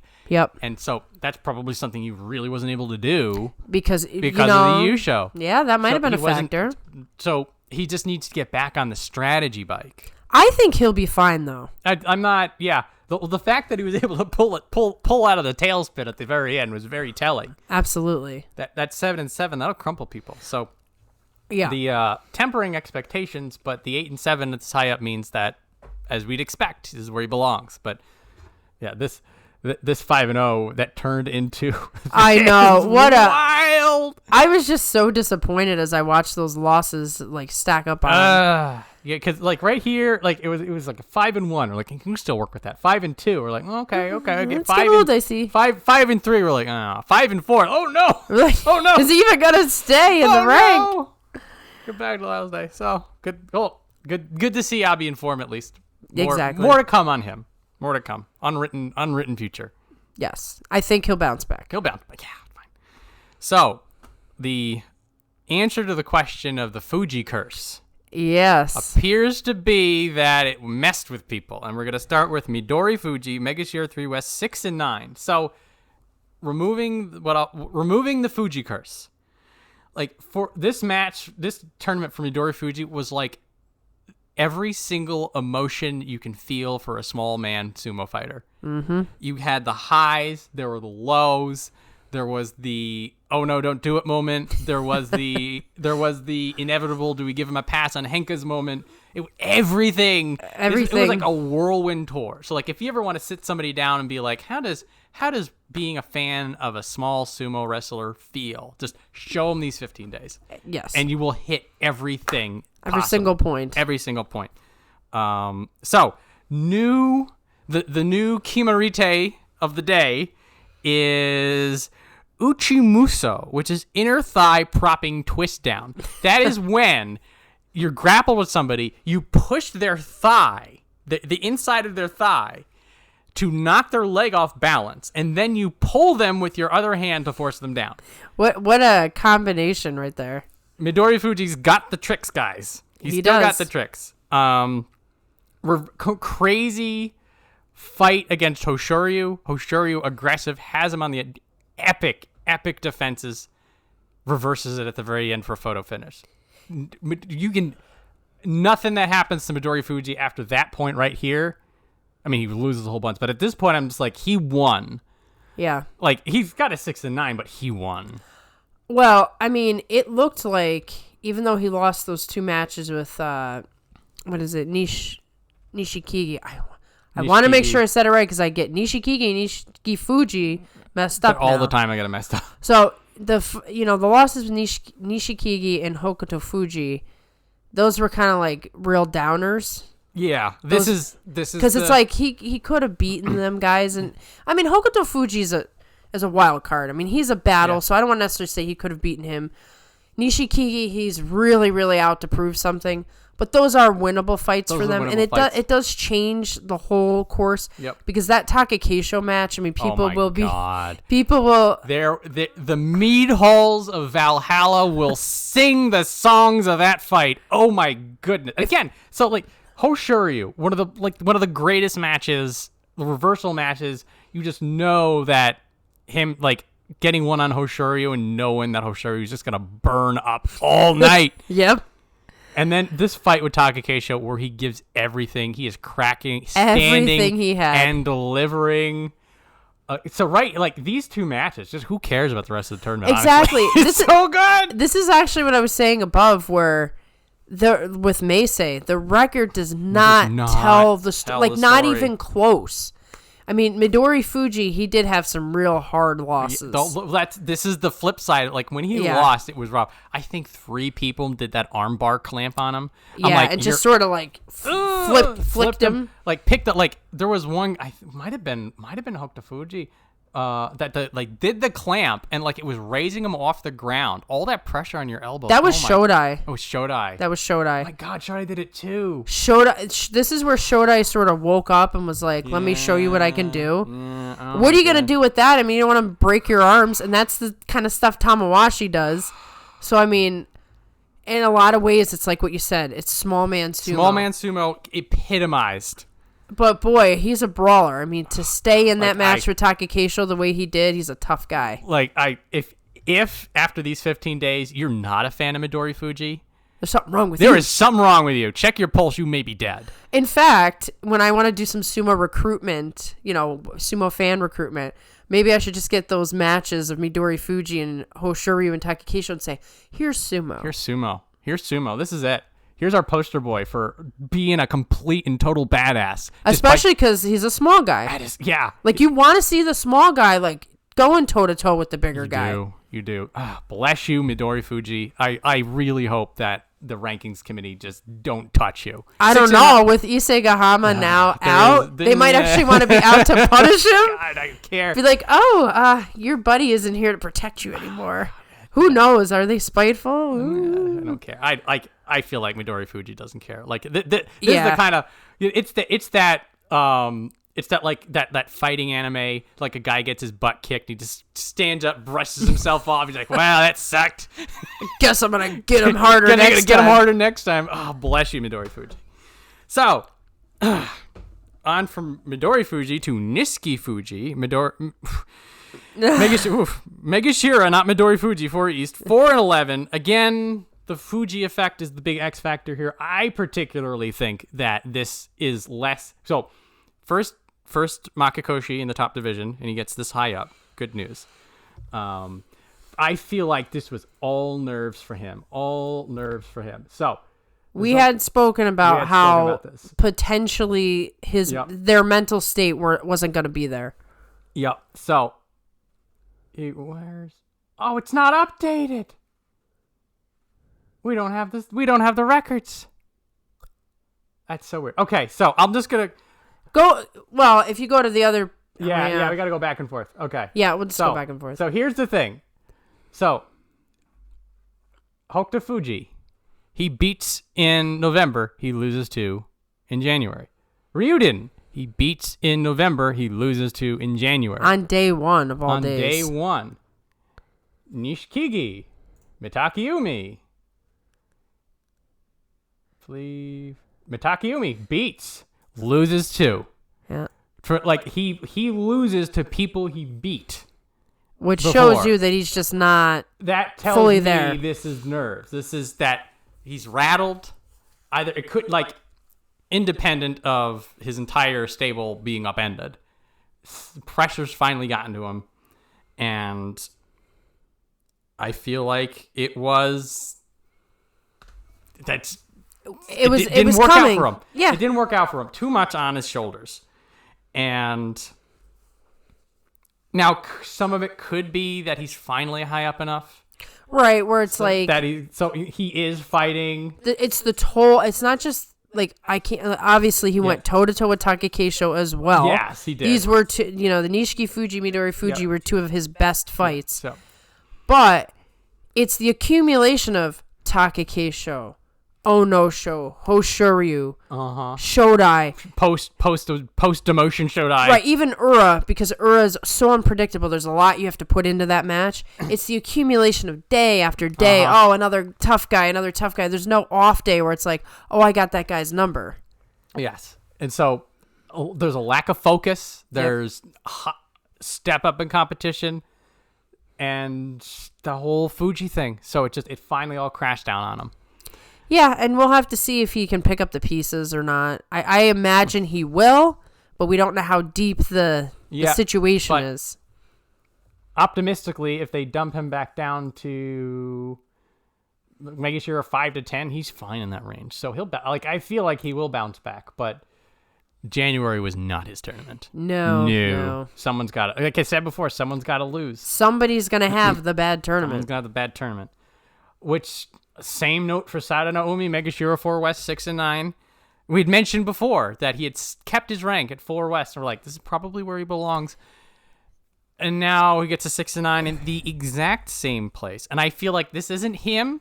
It's everyone around him just fired up in January, and he wasn't as fired up. He was he's status quo. He was status quo. Sadanoumi is just like, I'm showing up. It's a normal fight, right? And they're just like, no, it's a double fight. Exactly. And he was the victim of the Hoshoryu Henka demonstration. Yes. So, that takes a little wind out of your sails too. I love the look of whenever it happens to people, and sometimes they know, like they'll be like, okay, fine, whatever, and then they'll be like, you did what? Yeah. So the look on Hoshoryu's face is just like, I'm not gonna look at anybody, I'm just gonna do this and walk away. And then Sadanoumi looks up to Hoshoryu, he's just like, why did you do that? Yeah, it was like a poor sad puppy. I know. He's just like, why would you do that? Why would you give away my tickets? I was gonna go to the concert with you guys. You sold them. I'll never trust you again. So bad. Had that moment. So as a sort of from an analytical perspective, I'm gonna look at Sadanoumi and Nishikifuji, who are conveniently right next to each other. So both of them have a sort of a defensive technique-based fight. Nishikifuji, the big difference is that Nishikifuji was on the attack.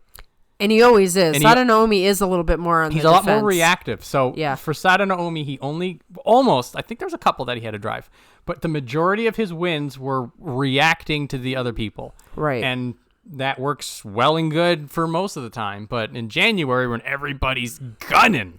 And you're Megashira 4 the second time. Like, maybe it was an easy road the first time. Mm-hmm. Once again, it's the accumulation of these tough battles. Yes. They start to wear you down after a while. And it's all streaking out. So Sadanoumi is going to take a bit of a tumble. I am not worried for him. He'll be okay. He'll be fine.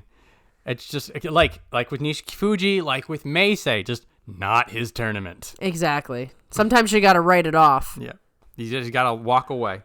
So Ryuden, Megashira 5 East, 9 and 6. Ryuden has not had a single Makakoshi since coming back in November of 2021.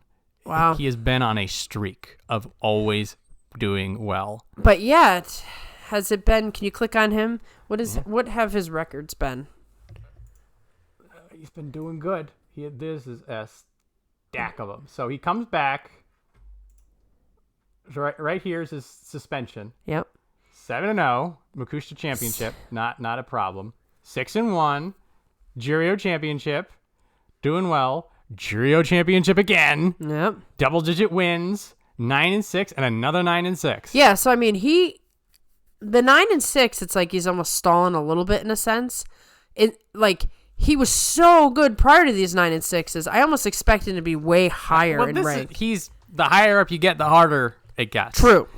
This was my surprise on Wakamotoharu's 9 and 6. He just keeps spitting these out like he's a machine that outputs 9 and 6. And this is so hard to do here. Oh yeah. It's that multiplicative factor. And so for Ryuden, a 9 and 6 here is worth more than a 9 and 6 down where he was before. Absolutely. Is my take on it. And it is those bear traps for hands. That is his key to success. Right. The only person to break the bear trap and win, Kiribayama. Which tells you something about him. Tells you just as much about Kiribayama as it does about Ryuden. And that this is fresh in my mind because I just watched it watched it today. And that Kiribayama, he got the bear trap on him. It's like, oh no, Kiribayama's in trouble. Kiribayama, like the 5-step program, moves here, does this, moves here, does this. Makikai does the hand swap, moves, another grip switch, pries him off. I was like, how do you do that? It's he's doing math while he's fighting. He's doing math and he's doing like magic tricks. It's like it's like after he bows and he gets the money, he's just like, bring out the lady, I'm going to saw her in half in front of you. It's some weird magic trick. Well, I even felt that way in his Takakeisho match. I like couldn't even understand what Kiribayama had done to like pull him and jerk him and throw him. And I'm like, whoa. So good. Whoa. So yeah, But Ryuden's match with Chiyoshima, wow. That was a battle. Oh my God. I felt bad for Chiyoshima at the end of that.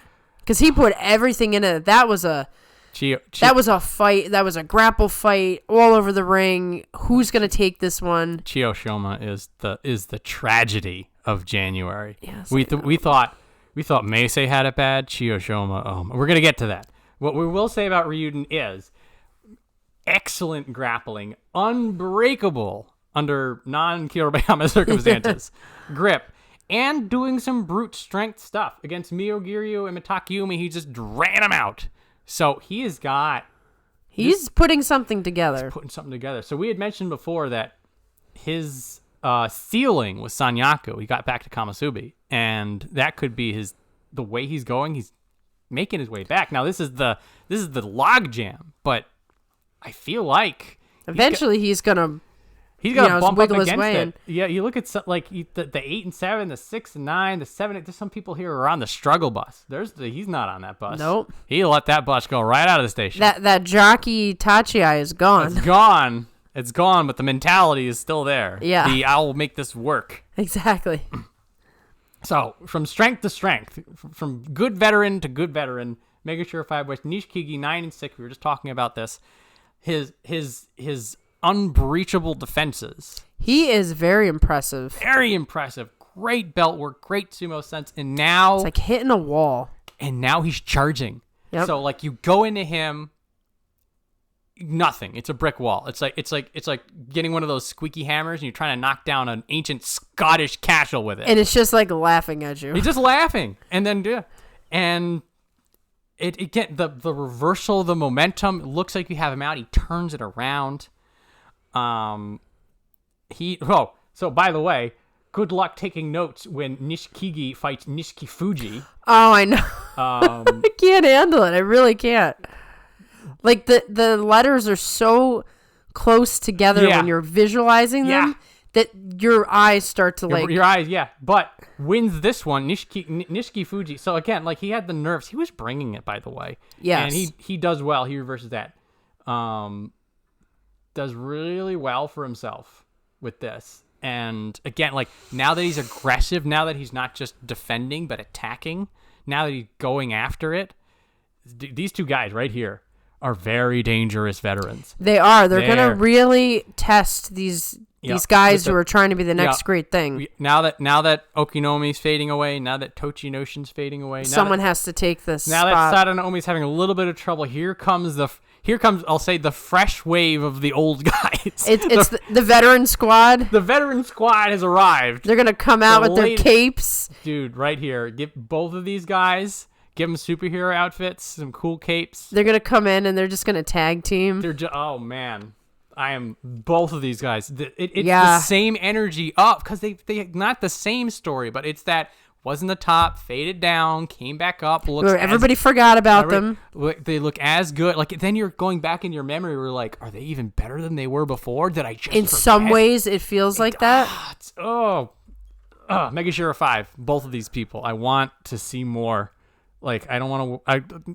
I'm the amount of ire and anger I have towards February right now is growing by the minute. The dark days of February. Darkness.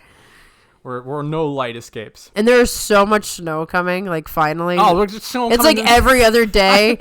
So like we escaped all this time and now it's like it's just gonna snow all month. There's no sumo. It's on the cusp of spring. Come on, February. Delayed spring. So we're talking about being down. All right, here we go. I gotta get through this. Hokutofuji, Mega Series 6 East 7 and 8 loses it on the last day to Kotonowaka, by the way. So they gave him they threw him hard. They threw him hard, but it was the same like we were talking about up here about how Abi gets Tsurugisho, or now we're just on the other side of the fence. Which is depressing to say that this is the other side of the fence when we're talking about Hokutofuji. I'm sure you never wanted to be having that conversation. So, yes, Midorifuji arm clamp. So that's not pushing. He does a belt drive on Ryuden. So let's not say the guy's timid. Right. He goes after Ryuden. He's like the man known for the epic grip. He's just like, I'll grab him. I'll run with this. Let's see what happens. Outbelt Aoyama, which... It's still impressive. It's still impressive even if Aoyama's on the edge but here. Otherwise, outside of that, it's the same game plan for Hokutofuji. Charge or die, which God bless him. That's why you love him. That's why I fell in love with him in the first place. But it's the side effect of that is if charge or die doesn't if charge doesn't work, your option is or die. Right. So. And as time goes on and he gets older and older, there's less in the tank for that charge. Less in the tank. So this is now his ceiling is Mega Series 6 East, the mixture of age, injury, or just the inability to evolve. Right. And which he tried for a brief period of time. He was trying the Mawashi stuff. The belt grip. He went back to charge or die. He had the injury, and like we were saying with Mitakeumi, sometimes you get these injuries, they knock you down 5% of your sumo is gone forever. Right, and you can't take time off in sumo or else you lose your rank completely. So a lot of these guys just fight with a perpetual injury what they got. That it takes you away for the rest of your career. You're never the guy you were before it. So Hokutofuji, an unfortunate temple of mediocrity for now. I am, as ever, hopeful for the next tournament where maybe he'll do better. Yeah, just have the forever optimism on him. 3-1 start. I'll tell you what. I was pretty happy about this. Show winner. One day I'll send you that message. Hokutofuji Yusho, and it won't be a joke. We will have to throw like a giant party. Oh man! If Hokutofuji wins a Yusho, I will run laps around this room during the podcast. Like I'll just knock the table over. I'll be like and I'll run over to the far side of the room. I'll be yelling. I'll come back. I'll pull the table back up. It'll be great. I'll just keep saying, and John left the room again. He left the room again. Oh, he's taking another lap. All right, I think he might. Oh no, he's not back yet. No, he's got a little bit more energy to work through. And we will all accept it. It'll just come with me on this magical journey of being a Hokutofuji fan. And I sent you the picture of this. I'm not the only Hokutofuji fan.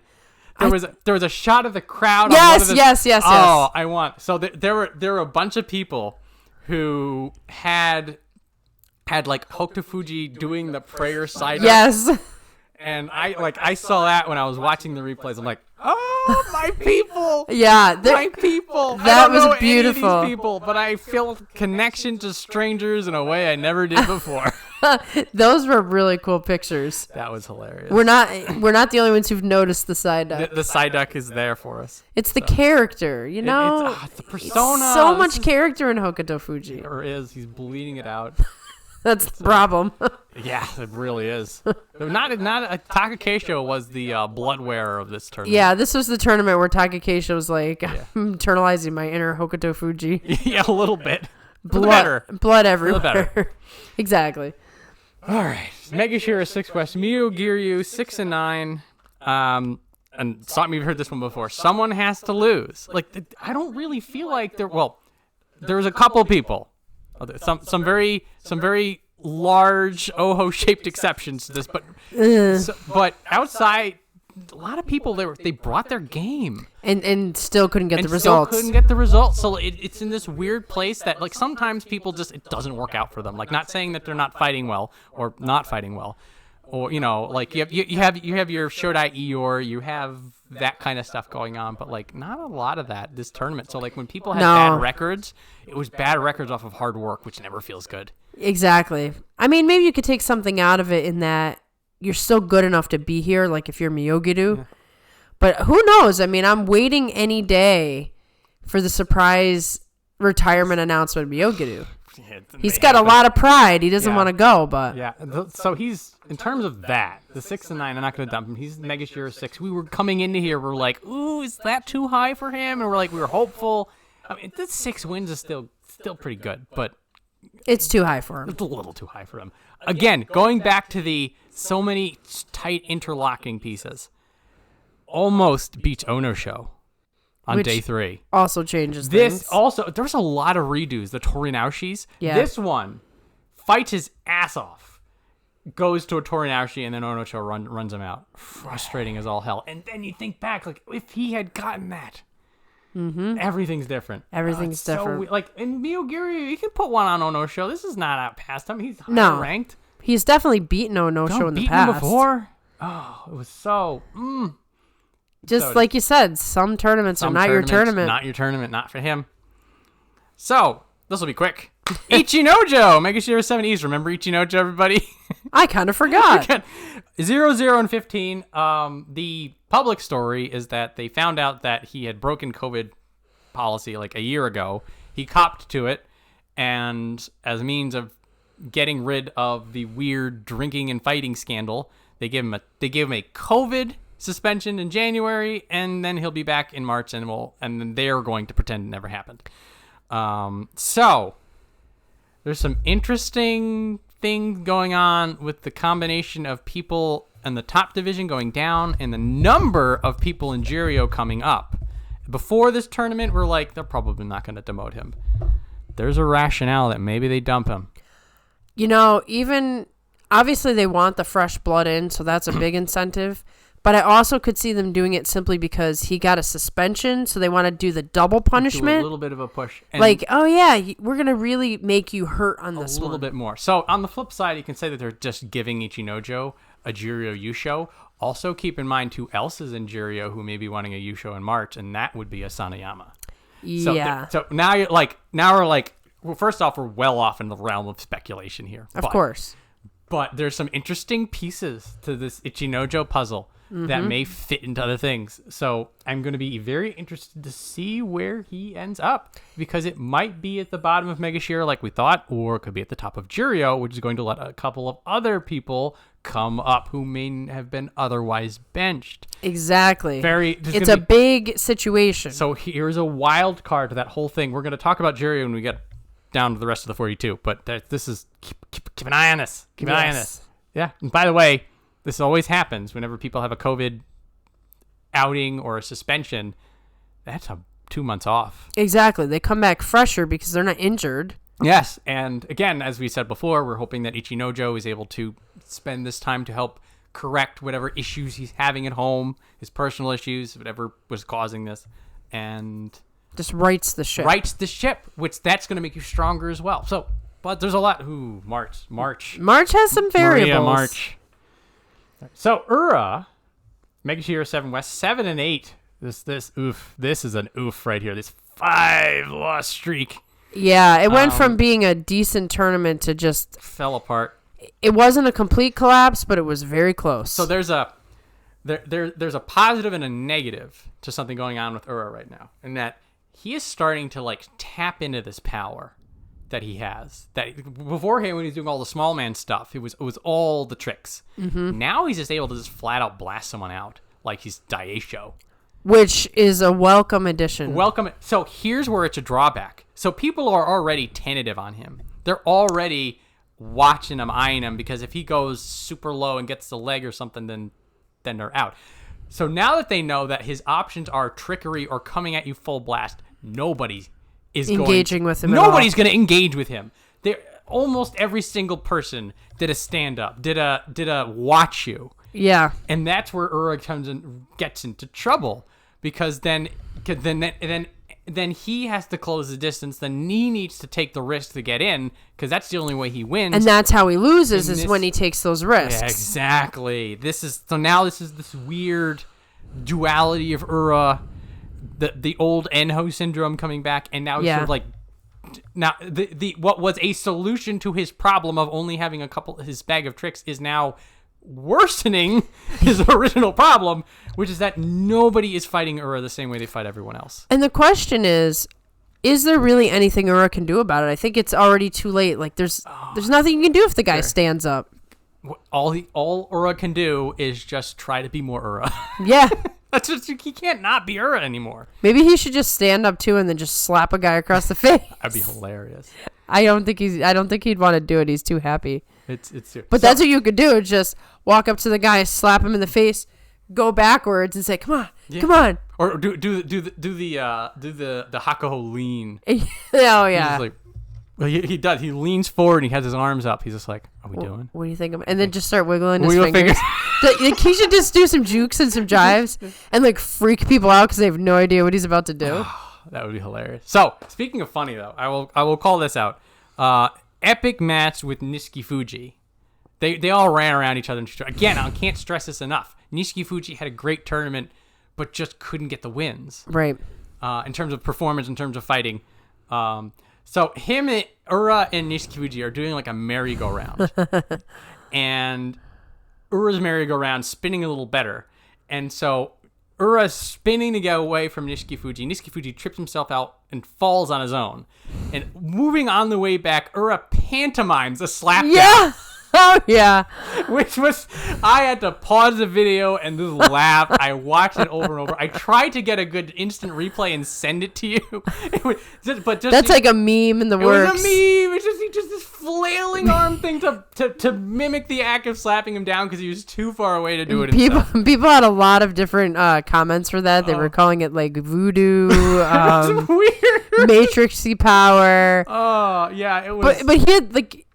I'm going to watch it again. I tell you to watch it again. Look at the look on his face as he's doing it. I know, he's laughing. He's laughing while he's doing it. It's like, is this a sumo match? Because you are just wild, man.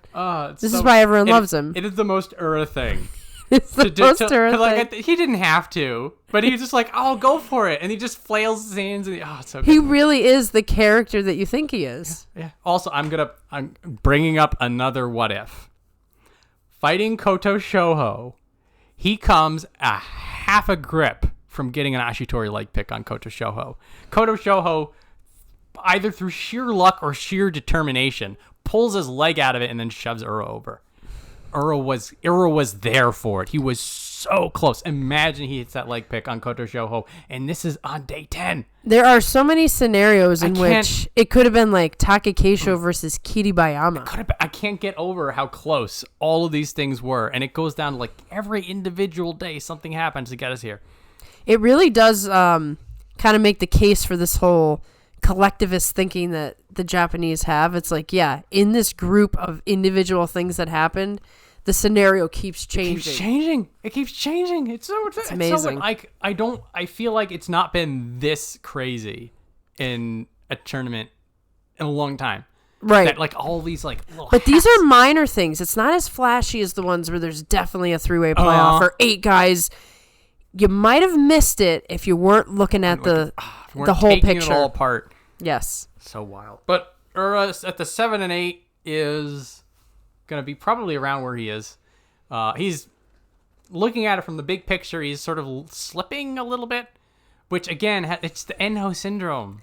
Right. It's like, this is almost to be expected with Ura. Yeah. He's not trying to be the next Ozeki. He's not trying to be. And this is something else we were talking. We were just like, let's just let Ura be Ura, and that's fine. And people are buying tickets. I mean, look at how packed this tournament was. That was a good thing. I good to see. Also, people cheering again. Yes, it felt like old sumo again. When the roar during the brawl fights, the Midorifuji Takakeisho, that place was deafening, and it feels good just to be like, we've conquered COVID in sumo. Yeah, literally in some of those matches, the crowd reaction got me jumping out of my seat. Right. Feeling like my whole body shaking. Like energy. The crowd is as much a part of sumo as anything else. And Ura brings crowds.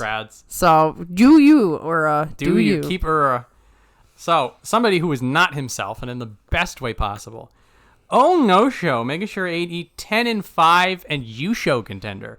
If you had sent me a message back when we were talking about Oh no show's never gotten back-to-back Kachikoshi, and we're like, he's going to have a run at the cup, I would have been like, get out. Like, what are you doing?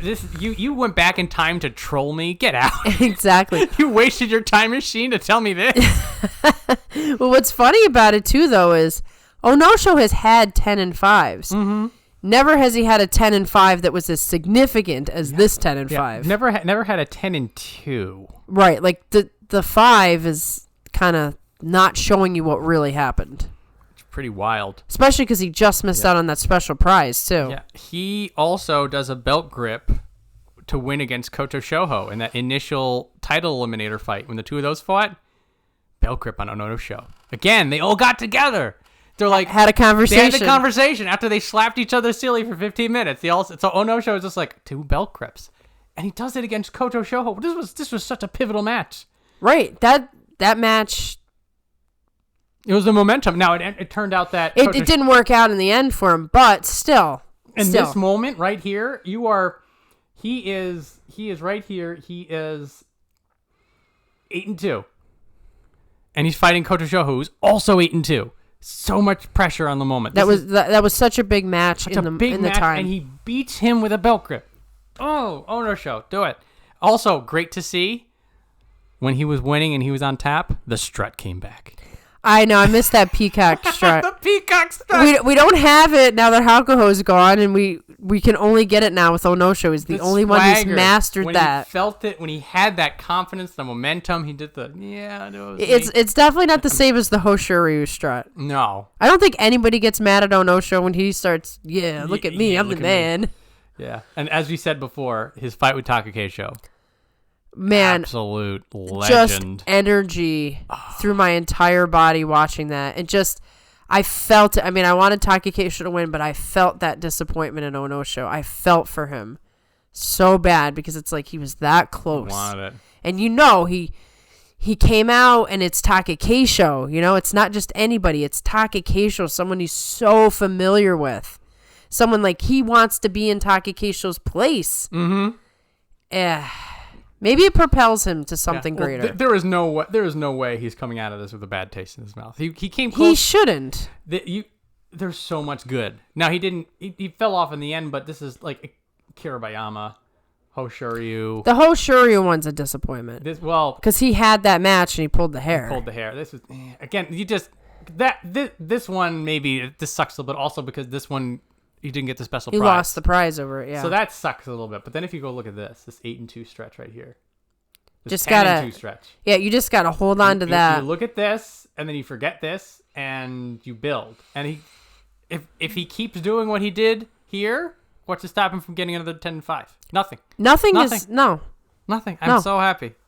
So happy that he's coming back. Now, because this is an Onosho, I'm not gonna expect anything out of him. Right. I mean, he has unfortunately not been consistent enough for us to throw our full support there. But I'm so happy to see this the return of the swagger. We got it back. All right. So next up, time for an oof. Making sure 8 West. Oho 4-11. So the 9-1 Oho from November that we were all really hoping to see didn't show up until day 12. Right here, or day 13. This is where he needed a 3-week tournament. Yeah, this right here, these 3 matches. This is the Oho from November. The fighting, the consistency. This 1-11 right here. This was someone wearing an Oho suit who didn't know how to do sumo. Well, interestingly, right before the tournament, he was on Sumo Primetime and he did a little interview. And somebody asked him, what would you say is the biggest difference between the lower ranks and coming up to, the upper ranks? And he said how much harder the Tachi is. I think Oho, he's just so green that the grind he's not used to yet, especially in the training that you have to do. It's one thing to get through a whole tournament where you're like, I did it. Wow, I did great. And then to repeat it when you're so green and you're not not there yet. They say that when you're doing a project or something, it's a lot of hard labor. They say day 2 is the worst because you don't know what to do, but you're all sore from day 1. Exactly. And this was his day 2. This was his day 2. I would agree with that sentiment that he's just a little too green. So I'm going to draw some comparisons to him, Koto Shoho, and Hoshoryu. And so all 3 of them had a very similar startup when they got here, in that they were struggling the very first time.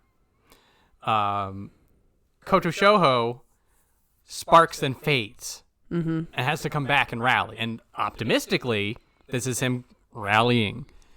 Hoshoryu just grinded it out and was able to figure it out on the dohyo. So we're all looking at Oho, like, what's his path going to be? And because undeniable, he's got the talent, he's got the youth, the drive, the family legacy. So like it is one of those like the rising stars. Yep. So it seems that he is more in the Koto Shoho needs to figure it out rather than just brute forcing his way through it. Exactly. And as time goes on, he gets the experience. I mean, you might see it at the end here. We're like 13, 14, 15. Yeah. He started to figure it out. He can build from that because he's going to drop pretty low. With him dropping lower, the competition should be easier for him. Yeah, he might be in Juryo. I think he's a little too high up. But again, we're going to talk about... You never know, yeah. Talk about how Ichinojo, Oho, the bottom of the division, all the people coming up. There could be 5 people coming up from Juryo if they want to. Right. That's where things get weird. And Oho's record's bad enough, and he's green enough that they might want to send a message. Yeah. And they saved him before a little True. bit. I don't know. Well, But once again, we have a new Banzuke head. We've got a weird puzzle going on, and now Oho's slotted into it. But in any case, we hope for more of this. Final 3 days coming March, wherever he lands. Yeah, we really need to see an Oho who's the guy we're being hyped for. We do. So, this is more of a concern. Takanosho, Megashira 90, 6 and 9. Here's my question for you. If it looks like a lower Megashira fighter, if it fights like a Megashira fighter, and it has a record like a Megashira fighter, is it somebody who used to be in Sanyaku? I love that riddle. It's looking like Takanosho is a lower Megashira fighter. This was... Beforehand, we're like, oh, he's still injured. Oh, he's working through it. Oh, he's got something going on. But now, now we have a pattern of concern. I think that, this is the... So... Yeah. Again, right here. May of last year. Looking really good. Has this injury. Yep. Falls out, and then just can't get it together. And you wonder... I'm worried. I mean, he's mostly a pusher thruster, so there could be just a rhythm issue in terms of, he just never got back on rhythm. But I'm guessing there is an injury. So I will say that the 6 wins is whatever's left of Takanosho. Clawing it out. Because it is interesting because some of the ways he wins are so high technique and high ring sense and the kind of wins that you only get if you've been in it for a while like a veteran.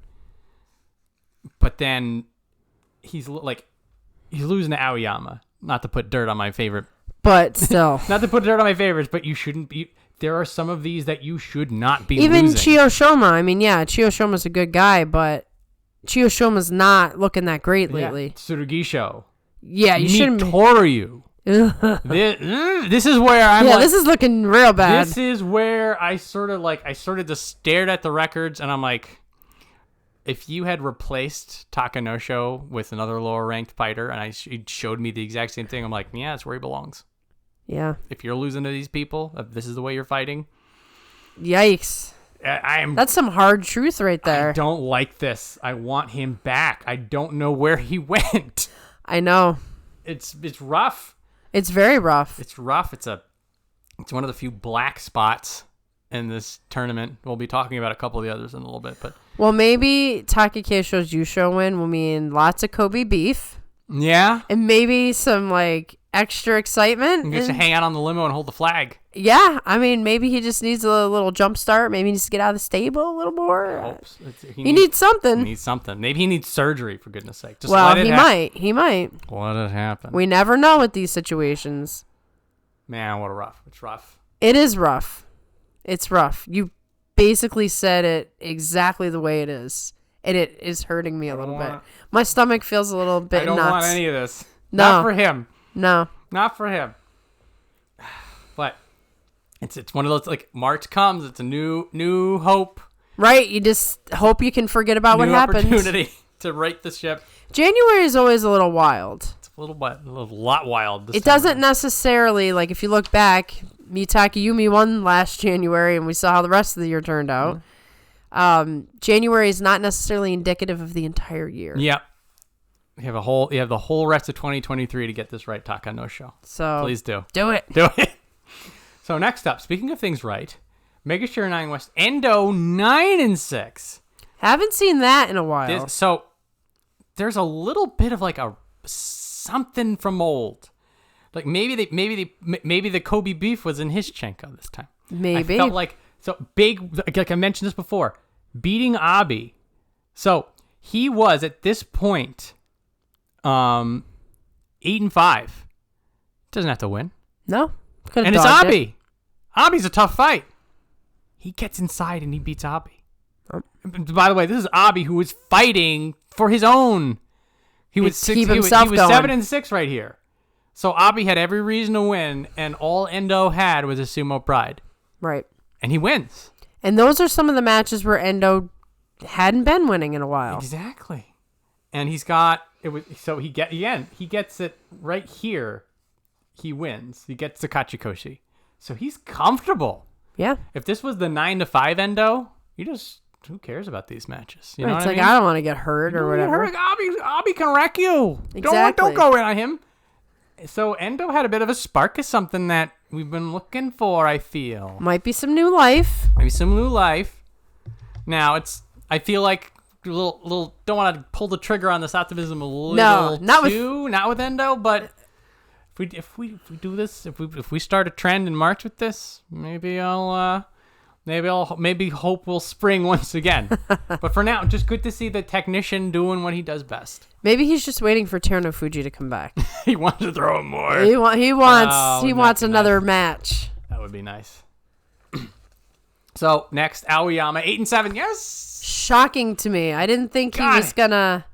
Like, I mean, he had a very good start, but I thought, oh no, this isn't gonna go for him. Megashira 10 East, Aoyama 8-7 with a 5-0 start. And then he fights Onosho. Like, so day 6, both of these guys were 5-0 going into this day. I'm like, both of these were the guys that I wanted to have a good start. And they both had it. I was so happy. And then Aoyama lost. I was not happy, but it's fine. I was still happy because he was 5-1. I know. I thought, is this going to be another 11-win tournament? And then things started to... He had some troubles here. But it's like I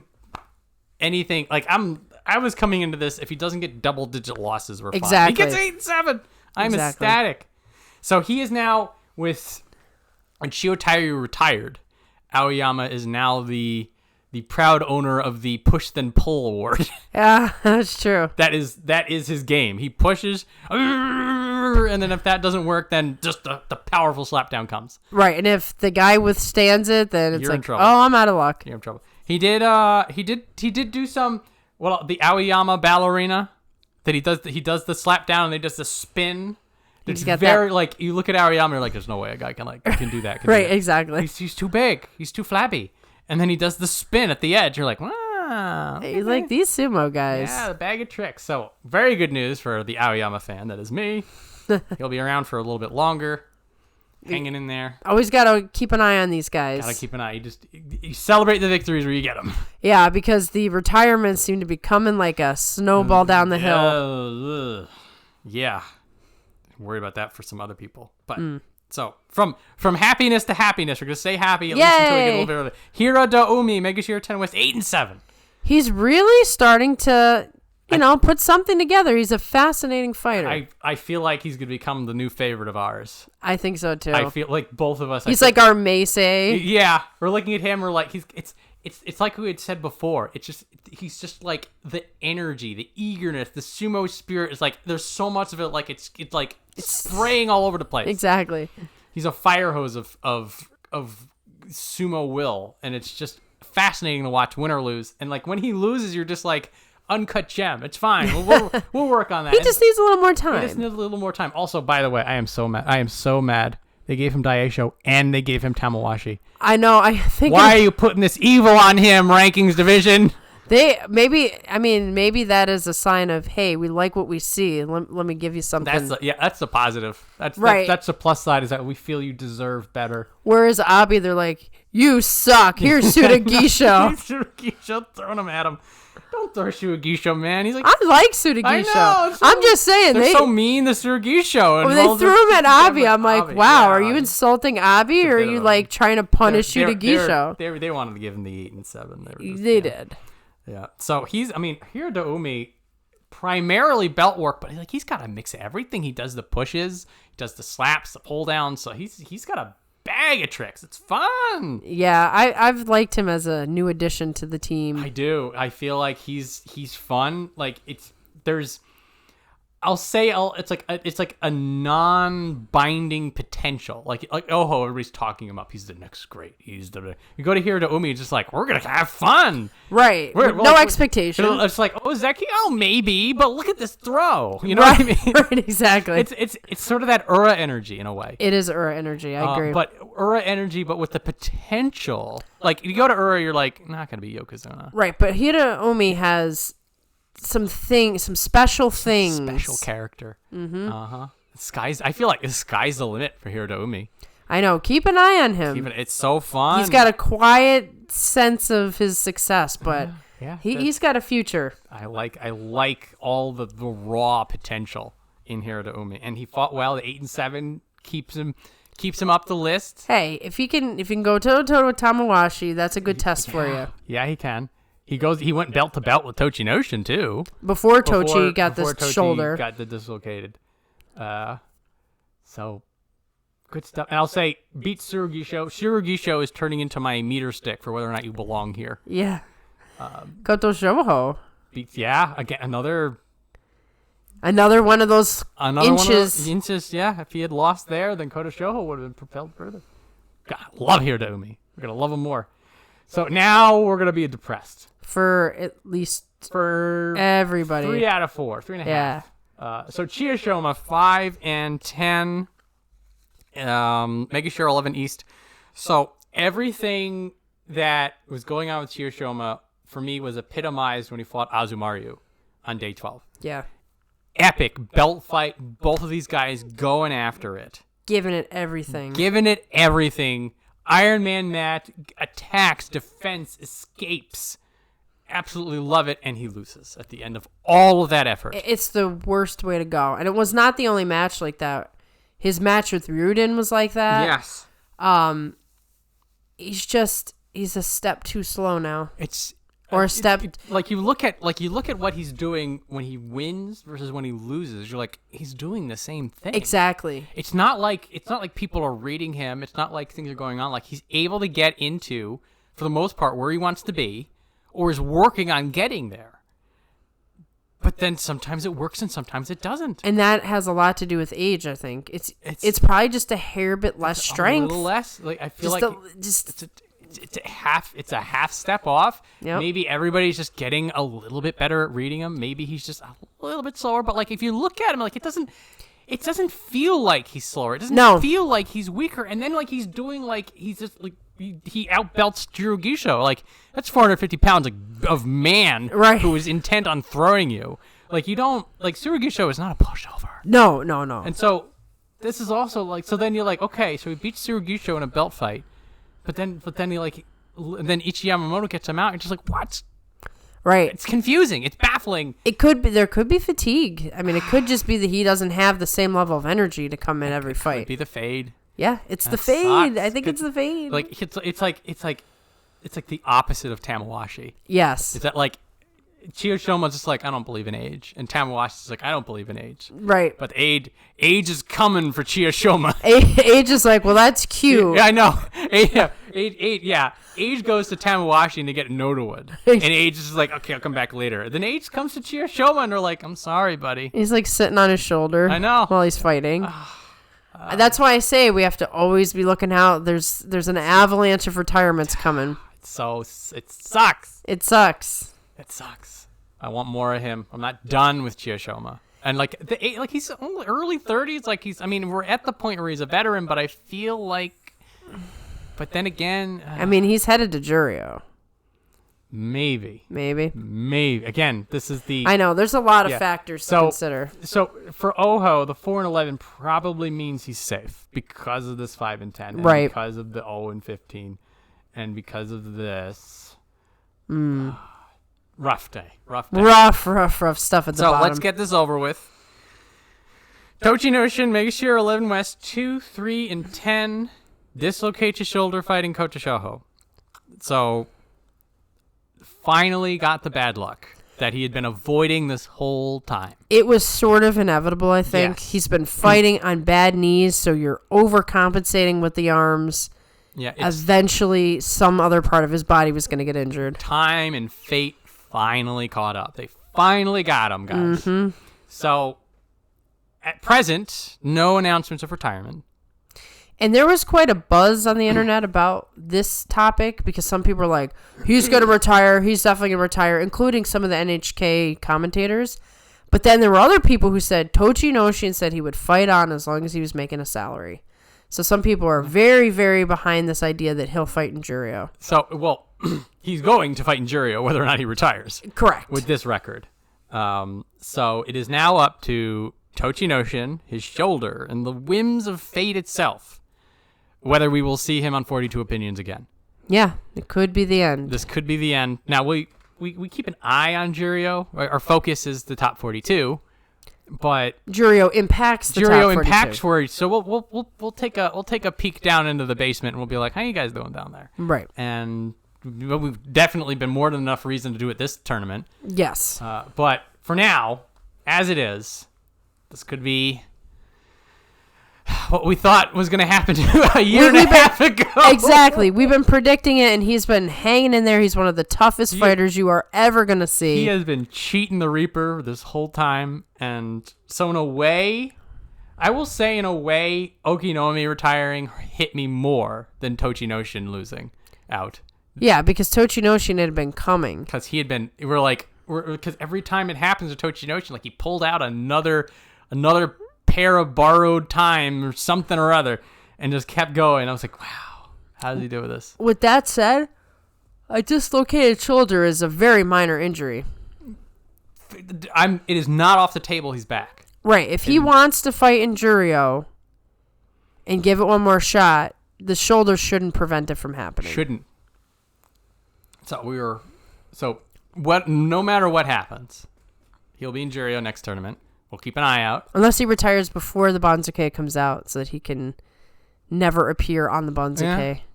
We'll just have to keep an eye out in the news during the dreaded February break. Yep. But for now, Tochinoshin, I hope you get better. Hope you're well.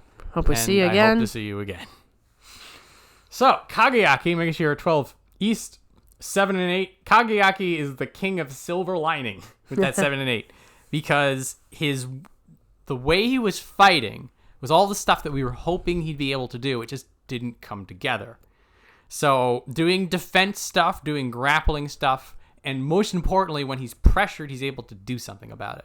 So this is stuff that's been going on. So maybe a bad example, but he fought Chiyomaru, who, again, not the best of examples, but Chiyomaru was like his worst case scenario. He got inside, he was on the belt, and he was running him out. And Kageyaki held at the edge, was able to turn it around and then won.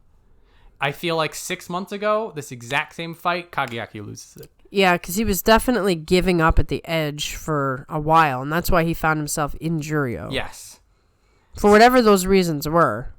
Yeah, so he got Tobizaru thrown at him near the end. Yeah. That was a bit rough. That was him saving Tobizaru, I guess. Giving Oho a chance. This is Oho who finally realized that the Basho was going on. Yeah, right. So these two losses are a bit rough, and it's at this point we're looking at it like, well, this still has some problems, but we're improving. It's sort of right. The other side of the coin for Wakatakakage. Like Wakatakakage, not quite where he needs to be, but it looks like he's improving. Right. It looks like he's improving. Maybe Kageyaki's getting whatever energy Ryuden is emitting, helping out there potentially. But for the 7 and 8, you're running out of Banzuke. Yeah, you're a little low to be little playing low, around. But I am optimistic that the performance, the way he was fighting, means that he's on the path to improvement, which is what we were I was so bent out of shape about before when he was up here. Right. It didn't look like he was improving. It looked like he was just trying the same thing. Now it looks like there's something new. So I want that, and we'll have to wait a little bit to see if that manifests. Yeah, exactly. So, Megashira 12 West, Okinomi. A lot has been said. Well, we felt like this was on the table. There was a fade. He wasn't shaking the fade. Could definitely tell last tournament for sure. This time his fall down, it did feel different.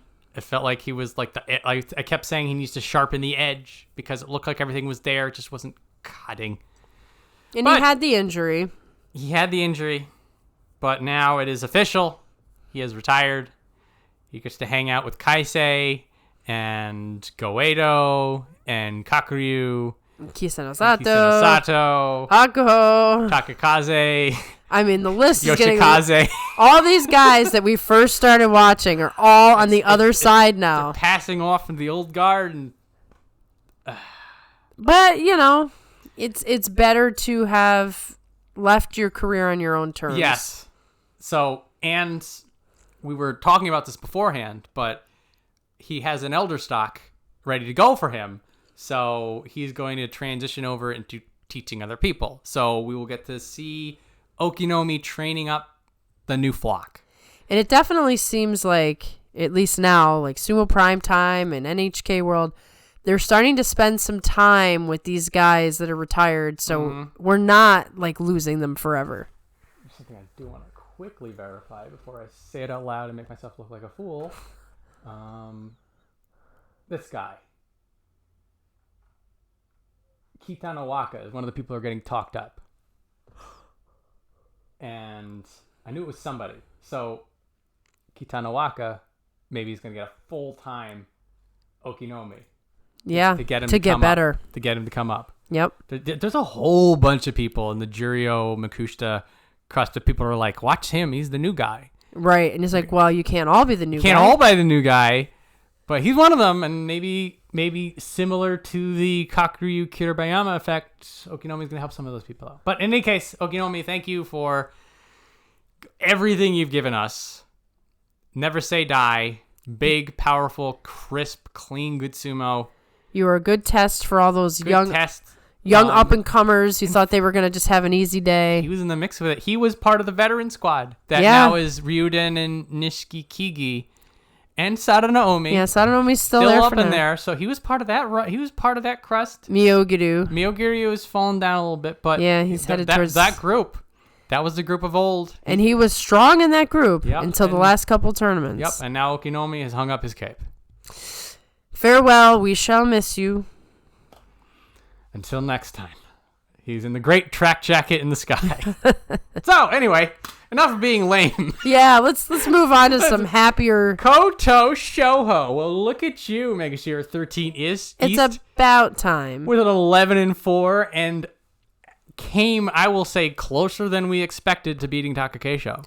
He on did. the last day. He was in that fight, and I do think that if Takakeisho didn't pull the throw, we might have seen a little bit different of a situation.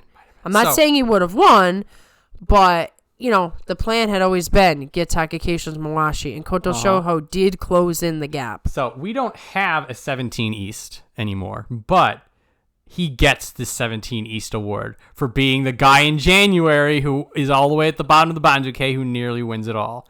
I'm pretty sure Tokushiryu was watching this. He was just like, man, so close. I remember when I was like that. So, my God. What's weird is that, like, it felt like it was all confidence, a little bit of luck, and really, like, I felt like it wasn't that he did anything different, but he just believed in himself. Yeah, there wasn't any... If there were nerves, he wasn't showing them. No nerves. No, that was his problem. Right, he was so Iori. He had some Shodai in him. A little bit of Shodai. Also, he would overcommit, he would undercommit. He didn't know where he needed to be, but and also I'd said what is so interesting is comparing him to Onosho. So right here he loses, so he's a step behind, and then they throw the wolves at them. like what you do. Here's the deep end. Nishikigi, we just got finished talking about how menace he is. Beats him, no big deal. Abi, formal Yusho winner and somebody who is trying to get Kachikoshi himself. Beats him. Daieisho, with Yusho level power and crush it. Beats them. This right here, these 3 wins for right me. at the end when it's the hardest to get wins. All the pressure's on him. Hardest to get the wins. Fighting people well out of his weight class, and he beats all of them. These 3 wins for me tell me more about Koto Shoho's progress than anything else. You know that he's, going home tonight very, very happy with himself. I mean, I'm sure there is disappointment, but do you think he went in thinking, oh, this is mine? Or, wow, I have got a big opportunity tonight? I feel like he's just like, I'm going to go for broke. Exactly. So in a loss, it's disappointing, but it's not the same as like a Yokozuna fighting an Ozeki, and it's like, that was mine. He got it for me. It's like, wow, look at how far I've come. Gets a special prize, fighting spirit. He would have got outstanding performance if he won the Yusho, but I cannot. Him and Ono Show, like where Ono Show, you're like, okay, maybe there's a couple things that may have a bad taste in your mouth. Koto Shoho is just stellar. Right, there's not much you can say, oh, wow, you just... Maybe the Takayasu match, but Takayafuji's bouncing back. Yeah, Takayasu had a great first few days. Yeah. So this was Takayasu... In the good part. Yeah. This was Takayasu saying, I'm not going anywhere, you sons of SOBs. But like you said, once again, Hiromi plays a factor in all this. Terunofuji, Ura, both of those. Yeah. Everything changes. So very, very, very good to see. We were him and Koto Echo. And again, it's very, very having these 2 people right on the same rungs with each other. They had the same problems. They were both lost in that weird forest outside their stable. You're trying to get a flashlight to them. But get through it. Yeah. So Koto Shoho at least figures something out in January. Right. I don't. Similar to us, we don't want to put it on Kiribayama. I don't want to put it on Koto Shoho. No, we just want to let it be. Let it be. Look what happened to poor Oho when we put it on him. Yeah, they went on him way too soon. They went on him. Oh, God. So, Koto Shoho, exceptional. Well done. Bless your very young and bold, bright future ahead of you, but we're not going to even talk about that until you're in the top 5. Exactly. Done. Beautiful. Got it. Got it. Nothing else to say. No expectations. It's like Takayasu. Just Nope. He is a wrestler in the top division. I wash my hands of it.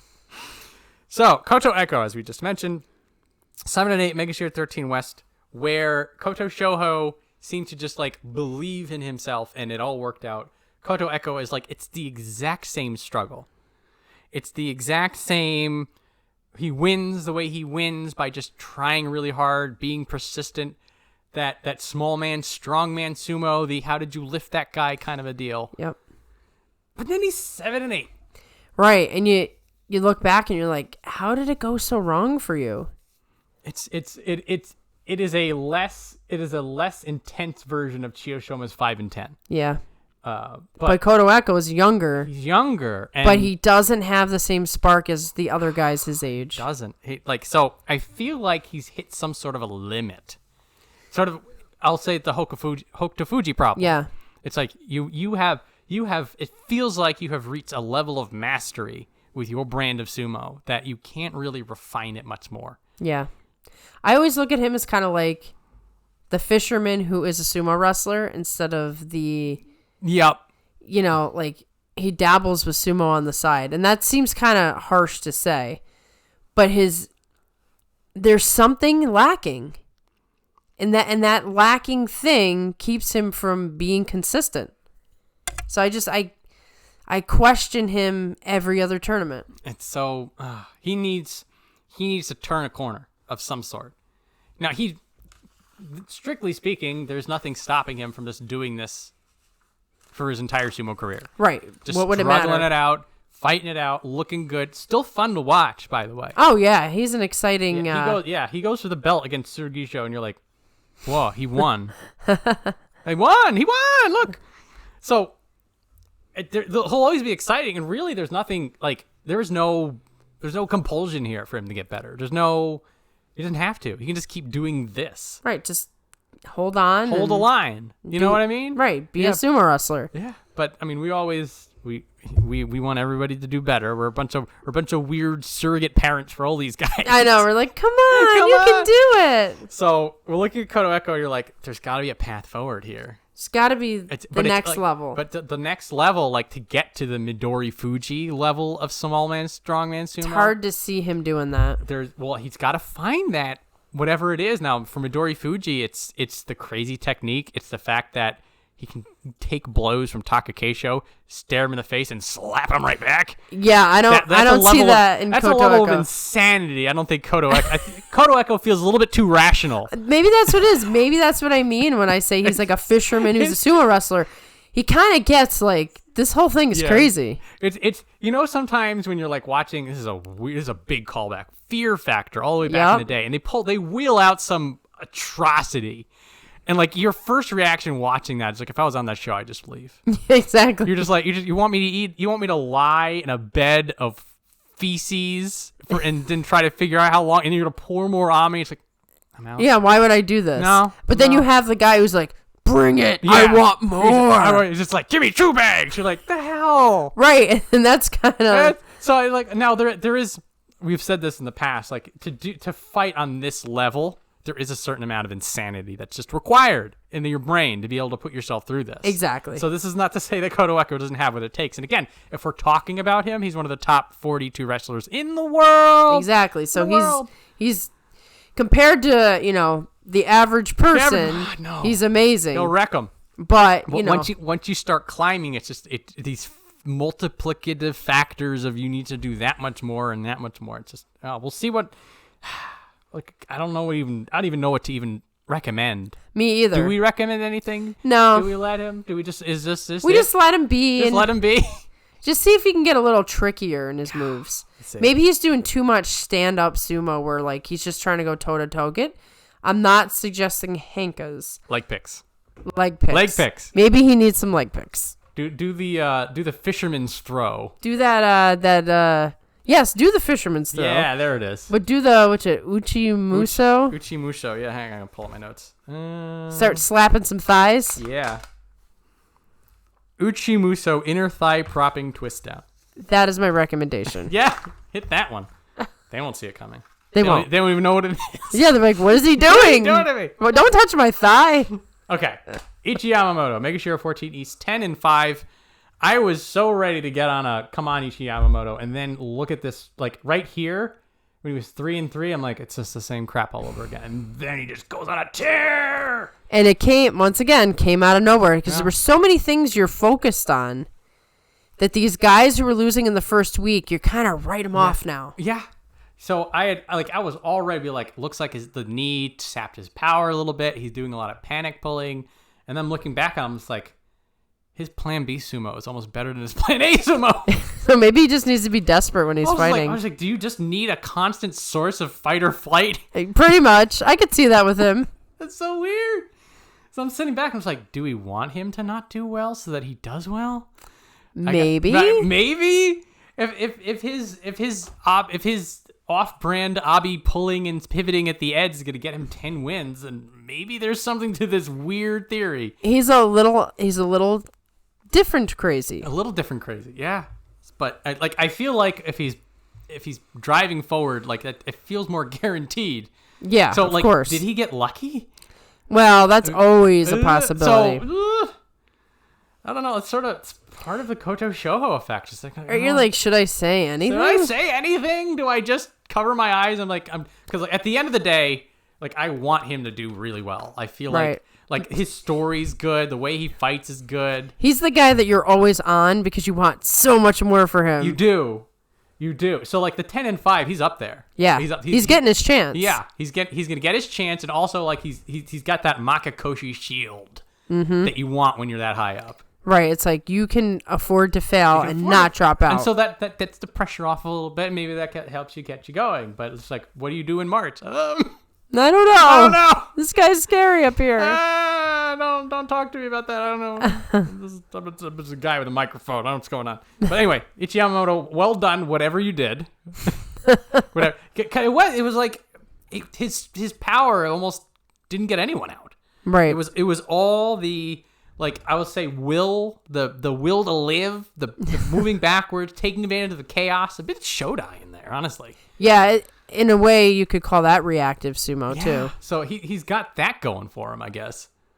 It's a good skill set to have. Yeah. It's just it should be the backup plan and not the main source if of your sumo. main plan is the backup plan, I don't know. But also, good news, his knee's fine.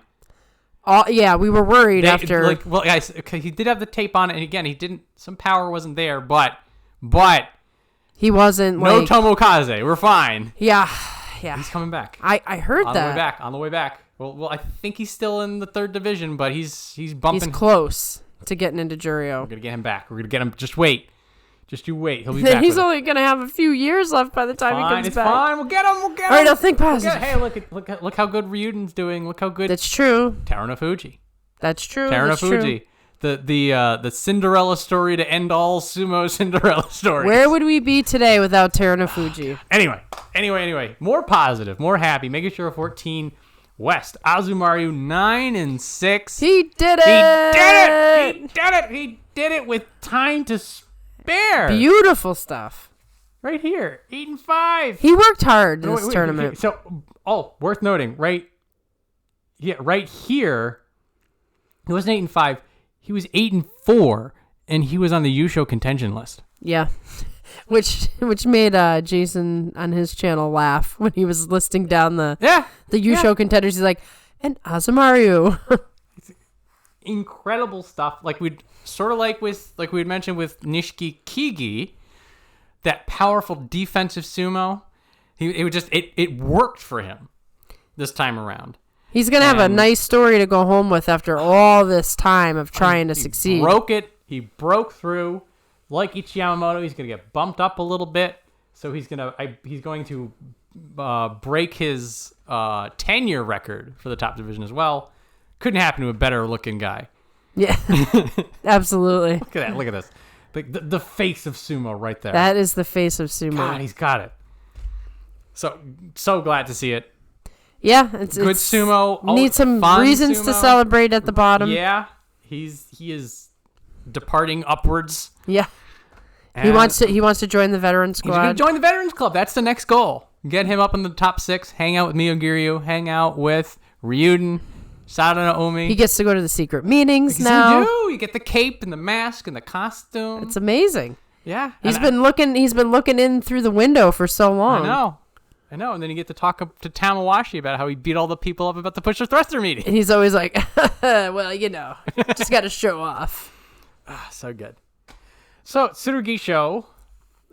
Doing what Tsurugisho does best. 7-8, 15 East.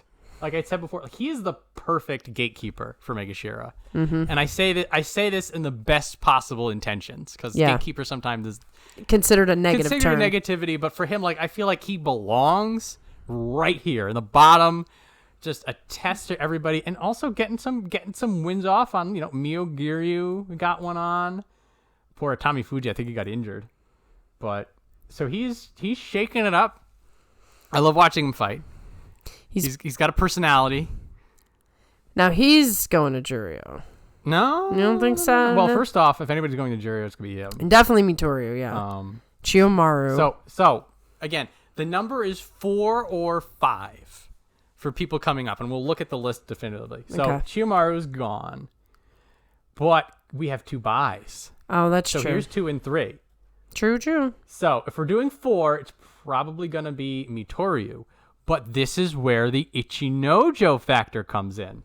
Mitoryu gets 4 wins out of his 5 in the last part of the tournament. He's showing the will to stay, particularly these 2 matches where he's already got his Makakoshi and he holds up. Right. They like seeing this. They like seeing you put it all out there. And so if Mitoryu's safe with a 7 and 8, then they're not going to demote Tsurugisho below him. That's with true. A 7 and 8. So these 2 are... They might be the bottom 2. They might be the bottom 2, but they're relatively safe. So then you go up a little bit higher. And that's where you get the Chiyoshoma with the 5 and 10. It's just like, is that going to be bad? Yeah, I don't know. I mean... Again, now we come back to him. Wow. We got three guys who didn't finish out the tournament or didn't have one at all. Uh-huh. So, like, we have the retiree, we have the so, I mean, injury, and we have Ichinojo who's suspended. The 3 guarantees is going to be Tochinoshin, Okinomi, and Chiyomaru. And then if it's 4 people, maybe you bump down Ichinojo and you call it a day. But then if it's 5, it gets weird, because then you have to go look at Oho, and you got to look at Chiyoshoma, and is this worse than this? Right. Is this worse than these? It's wild. So this is what's going to be interesting, is how many people come up and who are those extra 1 or 2 people going down. Right. Now, it's probably going to be like Occam's razor, I would say. You dump Mitoryu. Right. And then Ichinojo's like right here. Right. Or you dump Ichinojo. Or you dump both. Or you keep trying to make Occam's razor, but there doesn't seem to really be one. There's no razor here. There's different factors to consider. There is. So anyway, Tsurugisho should be safe with 7 and 8. Now, they gave him Abby at the end, as we had mentioned, which is a little rude to Tsurugisho. But bit rude. It's whatever, because at this point he was 7 and 7. I feel like if this was a 6 and 9, we would have a much different story. So good that he got to 7 and 7. So Mitoryu, we'll keep going. 15 West, 7 and 8. So these are much different 7 and 8s, I feel like. So Tsurugisho doing his best, doing his A game, fighting pretty well. Mitoryu having the same collapse over here. So this was 2 and 6. No, 3 and 7 right here. So this looked like the Mitoryu from before. That everybody was just bullying him and taking his lunch money. And you add to the fact that he got a Fushensho. Yes. So one of these was a freebie. Yep. And then here he sort of turns up the heat a little bit. He gets a little more aggressive. He starts using his size offensively instead of defensively. But that loss to Enho, I mean, that's a killer. Here, adding another factor is that they do like these hot seat fights. Yep. That they'll put you against someone who wants to take your spot. By the way, beats Kimbozan. Yep. If he lost there, yep, Tsurugisho is dead to rights. Yep. So this may be a factor for Mitoryu going down as well. Mitoryu, his big problem is normally the lack of offense, which is what all this problem is. Mm-hmm. And so basically, like, he won against Hiradoumi just because Hiradoumi physically couldn't move him. Right. Not because Mitoryu did anything. It just Hiradoumi tried. He threw the kitchen sink. And Mitoryu's like, but I'm still here. I'm still here. And then Hiradoumi gassed himself out, was exhausted, and then finally was in a state that Mitoryu could do something. And Mitoryu just like flicked him with the finger. Flicked him out, and he just collapsed in an exhausted pile. So either Mitoryu needs to have more offense and sort of using his bulk as a weapon, like here, or he needs to do some like Azumaru defensive wizardry and like really learn the defense. Right. But either way, he's at a risk of falling. And he's fun to watch, but he does need more if he wants to stay here. He's just not quite upper division material. No. Which is what's so interesting is he got knocked down to Juryo, and then he got a 9 and 6. He's just like, I don't belong to Juryo. Right, he's in the in-between. He's a weird stuck out of town. You're living out of the suitcase kind of a deal. Yep. It's just like, you're not home anywhere. Right. So he's got to find a home. Yeah, agreed. You got to find a home, Mitoryu. You can't just live in a Holiday Inn Express your whole life. Exactly. All right. So Takarofuji, 16 East, 8 and 7. Good news, 8 and 7. Squeaks it out with no room left. Yeah. Well, he was 8 and 6, and loses to Mitakeumi, this was an interesting fight. So first week, 5 and 1. So looking really good. And about this point, I was like, okay, thank God. Right. He's not going to be added to the list of retirees. I thought he was done and dusted. We had the alarm bells going off and everything. So right there, the 5 and 1 was turned into the 6 and 2. Okay. He's got his stuff together. Did he get the best record out of the Fujis too? Let's find out.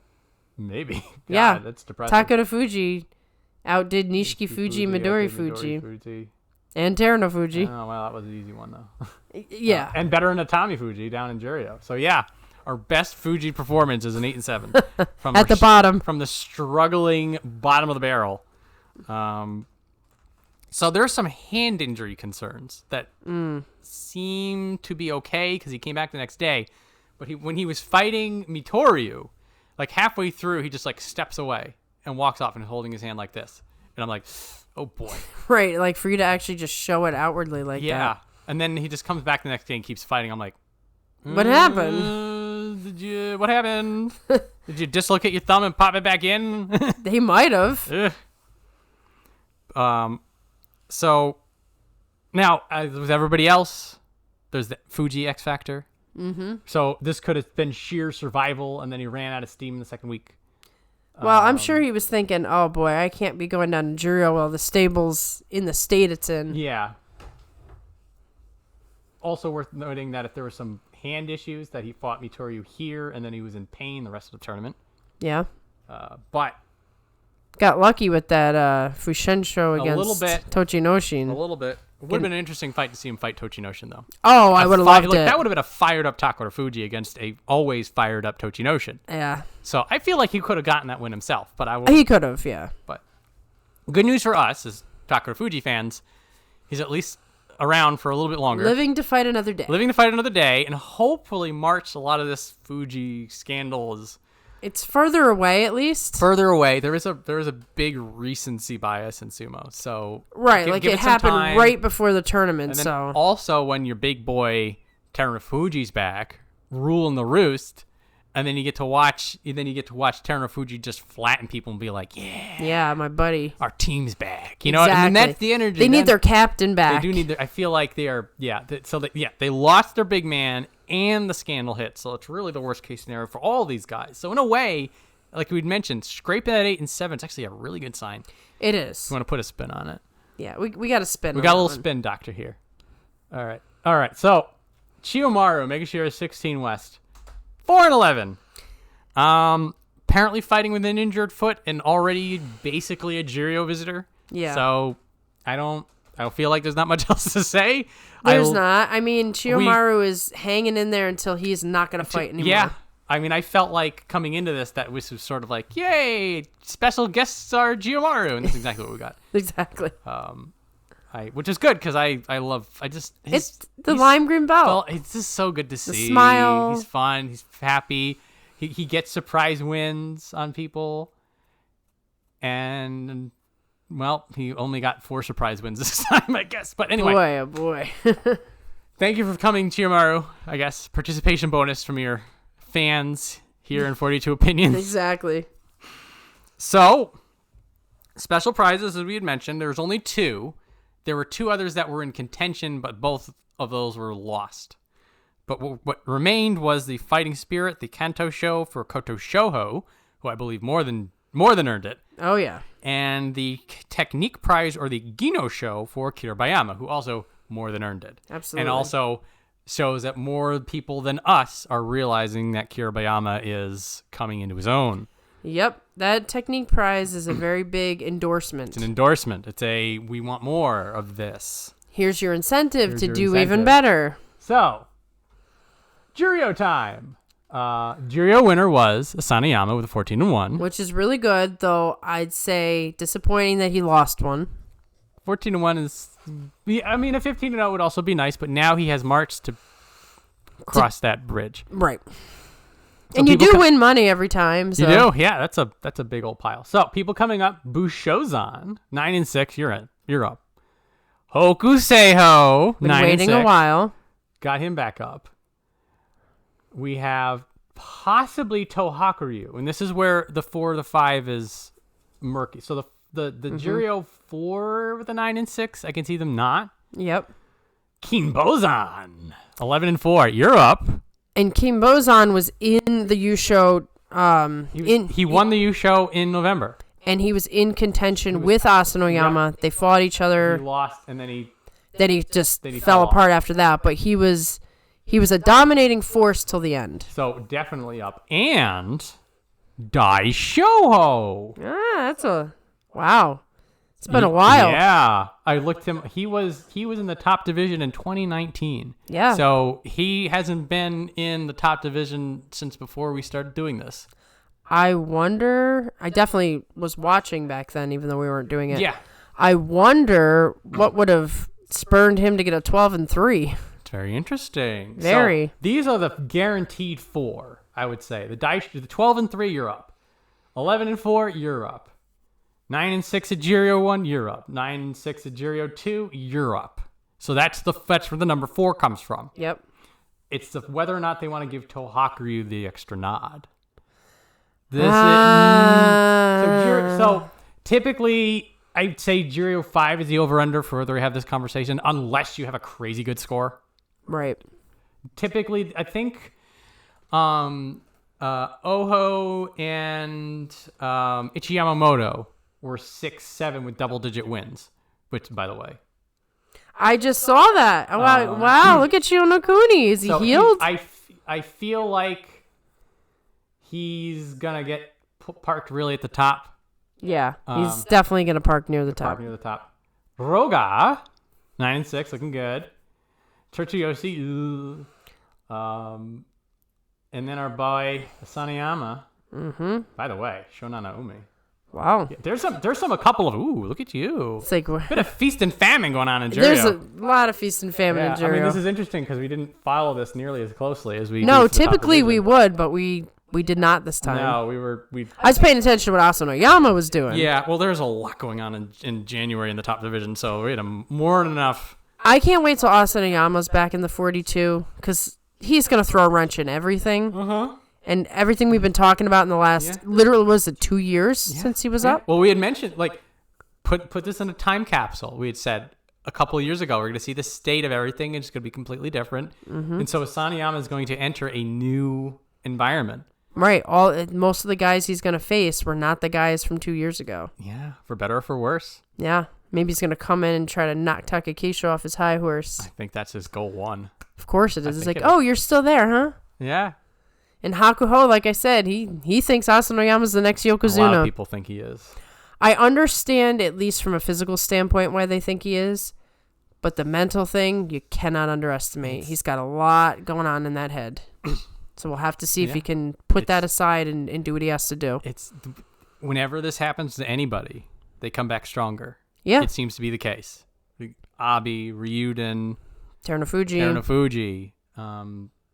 Ura. Yeah, Ura's just like Terunofuji. Mm-hmm. Very similar story, just can't get as high. Can't get as high. So, a lot to look forward to there. And again, there's a couple people here. Busho's on, Hokuseiho, Kimbo's on. All 3 of these guys are some of these new prospects. Some of these... They've been talked about for a while. So now's their time to show their mettle, which means that 3 people in March are going to be brand spanking new. I can't wait for that. I think Busho's new. I don't think he's been before. I'm going to double check that before I make a fool of myself. I definitely need some new energy. Jiryo. Yep, he's been a Jiryo guy. Career Jiryo guy? Jiryo guy. 2-13 in January. He might have shown up as a guest star. But I think he might have shown up to fight somebody once. But he has not graced the top division formally. So yeah. 3 brand new people. I personally love it when there's fresh blood. We need it. We need some chinks in the armor, some variables, some tests. Particularly because it was all veterans that came up last time. Yep. And I like to see the veterans come back, but it's very exciting fresh when blood. we get to see new people. Yeah. So. Yeah, when Chiyomaru comes out, and we love Chiyomaru, we're not looking at him saying he's the next Ozeki. Exactly. We're looking at him and saying, I love his green belt, and I love the way he fights. And it's like, let's be honest. Can we come in a pair like Chiyomaru with the next Ozeki? More Hira to Umi, right? Exactly. So that is January, which is a wild, fun, crazy time. Some fights that will be remembered. Yes, and you'll have to hold on to them tight as we go through the dark days of February. March cannot come soon enough. So we wish you all the best of luck waiting for Sumo to come back. And hopefully we'll be pushing out some content in the in-between. We've talked about some things. Definitely going to try to have live streams and maybe some other content as time goes on.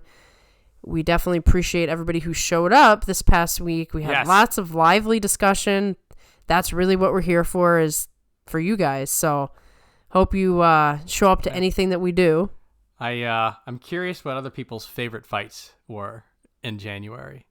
Like Yes. for me, probably the Takakeisho Midorifuji was just the best. That's one of peak the best. tops. Yeah. But I mean, there were so many good fights that like I feel like I'm forgetting. Oh, I'm sure because Yeah. week 1 was the most intense week 1 we've so had in a much good while, stuff. and it feels like it was a year ago. Yeah. So I want to know what other people's favorite fights were that maybe slipped under the radar. Yeah, like Something that maybe give happened. us some dark horse fights. Dark horse, good Throw them in the fights. comment section so we have more things to talk about. No, and also a lot of Torinaushis. There's a lot of like 2 fights for 1. Oh, it's so good. Let us know. All right, and that's it. I'm gonna hit the stop button. Thank you as always for listening. Until next time. Peace.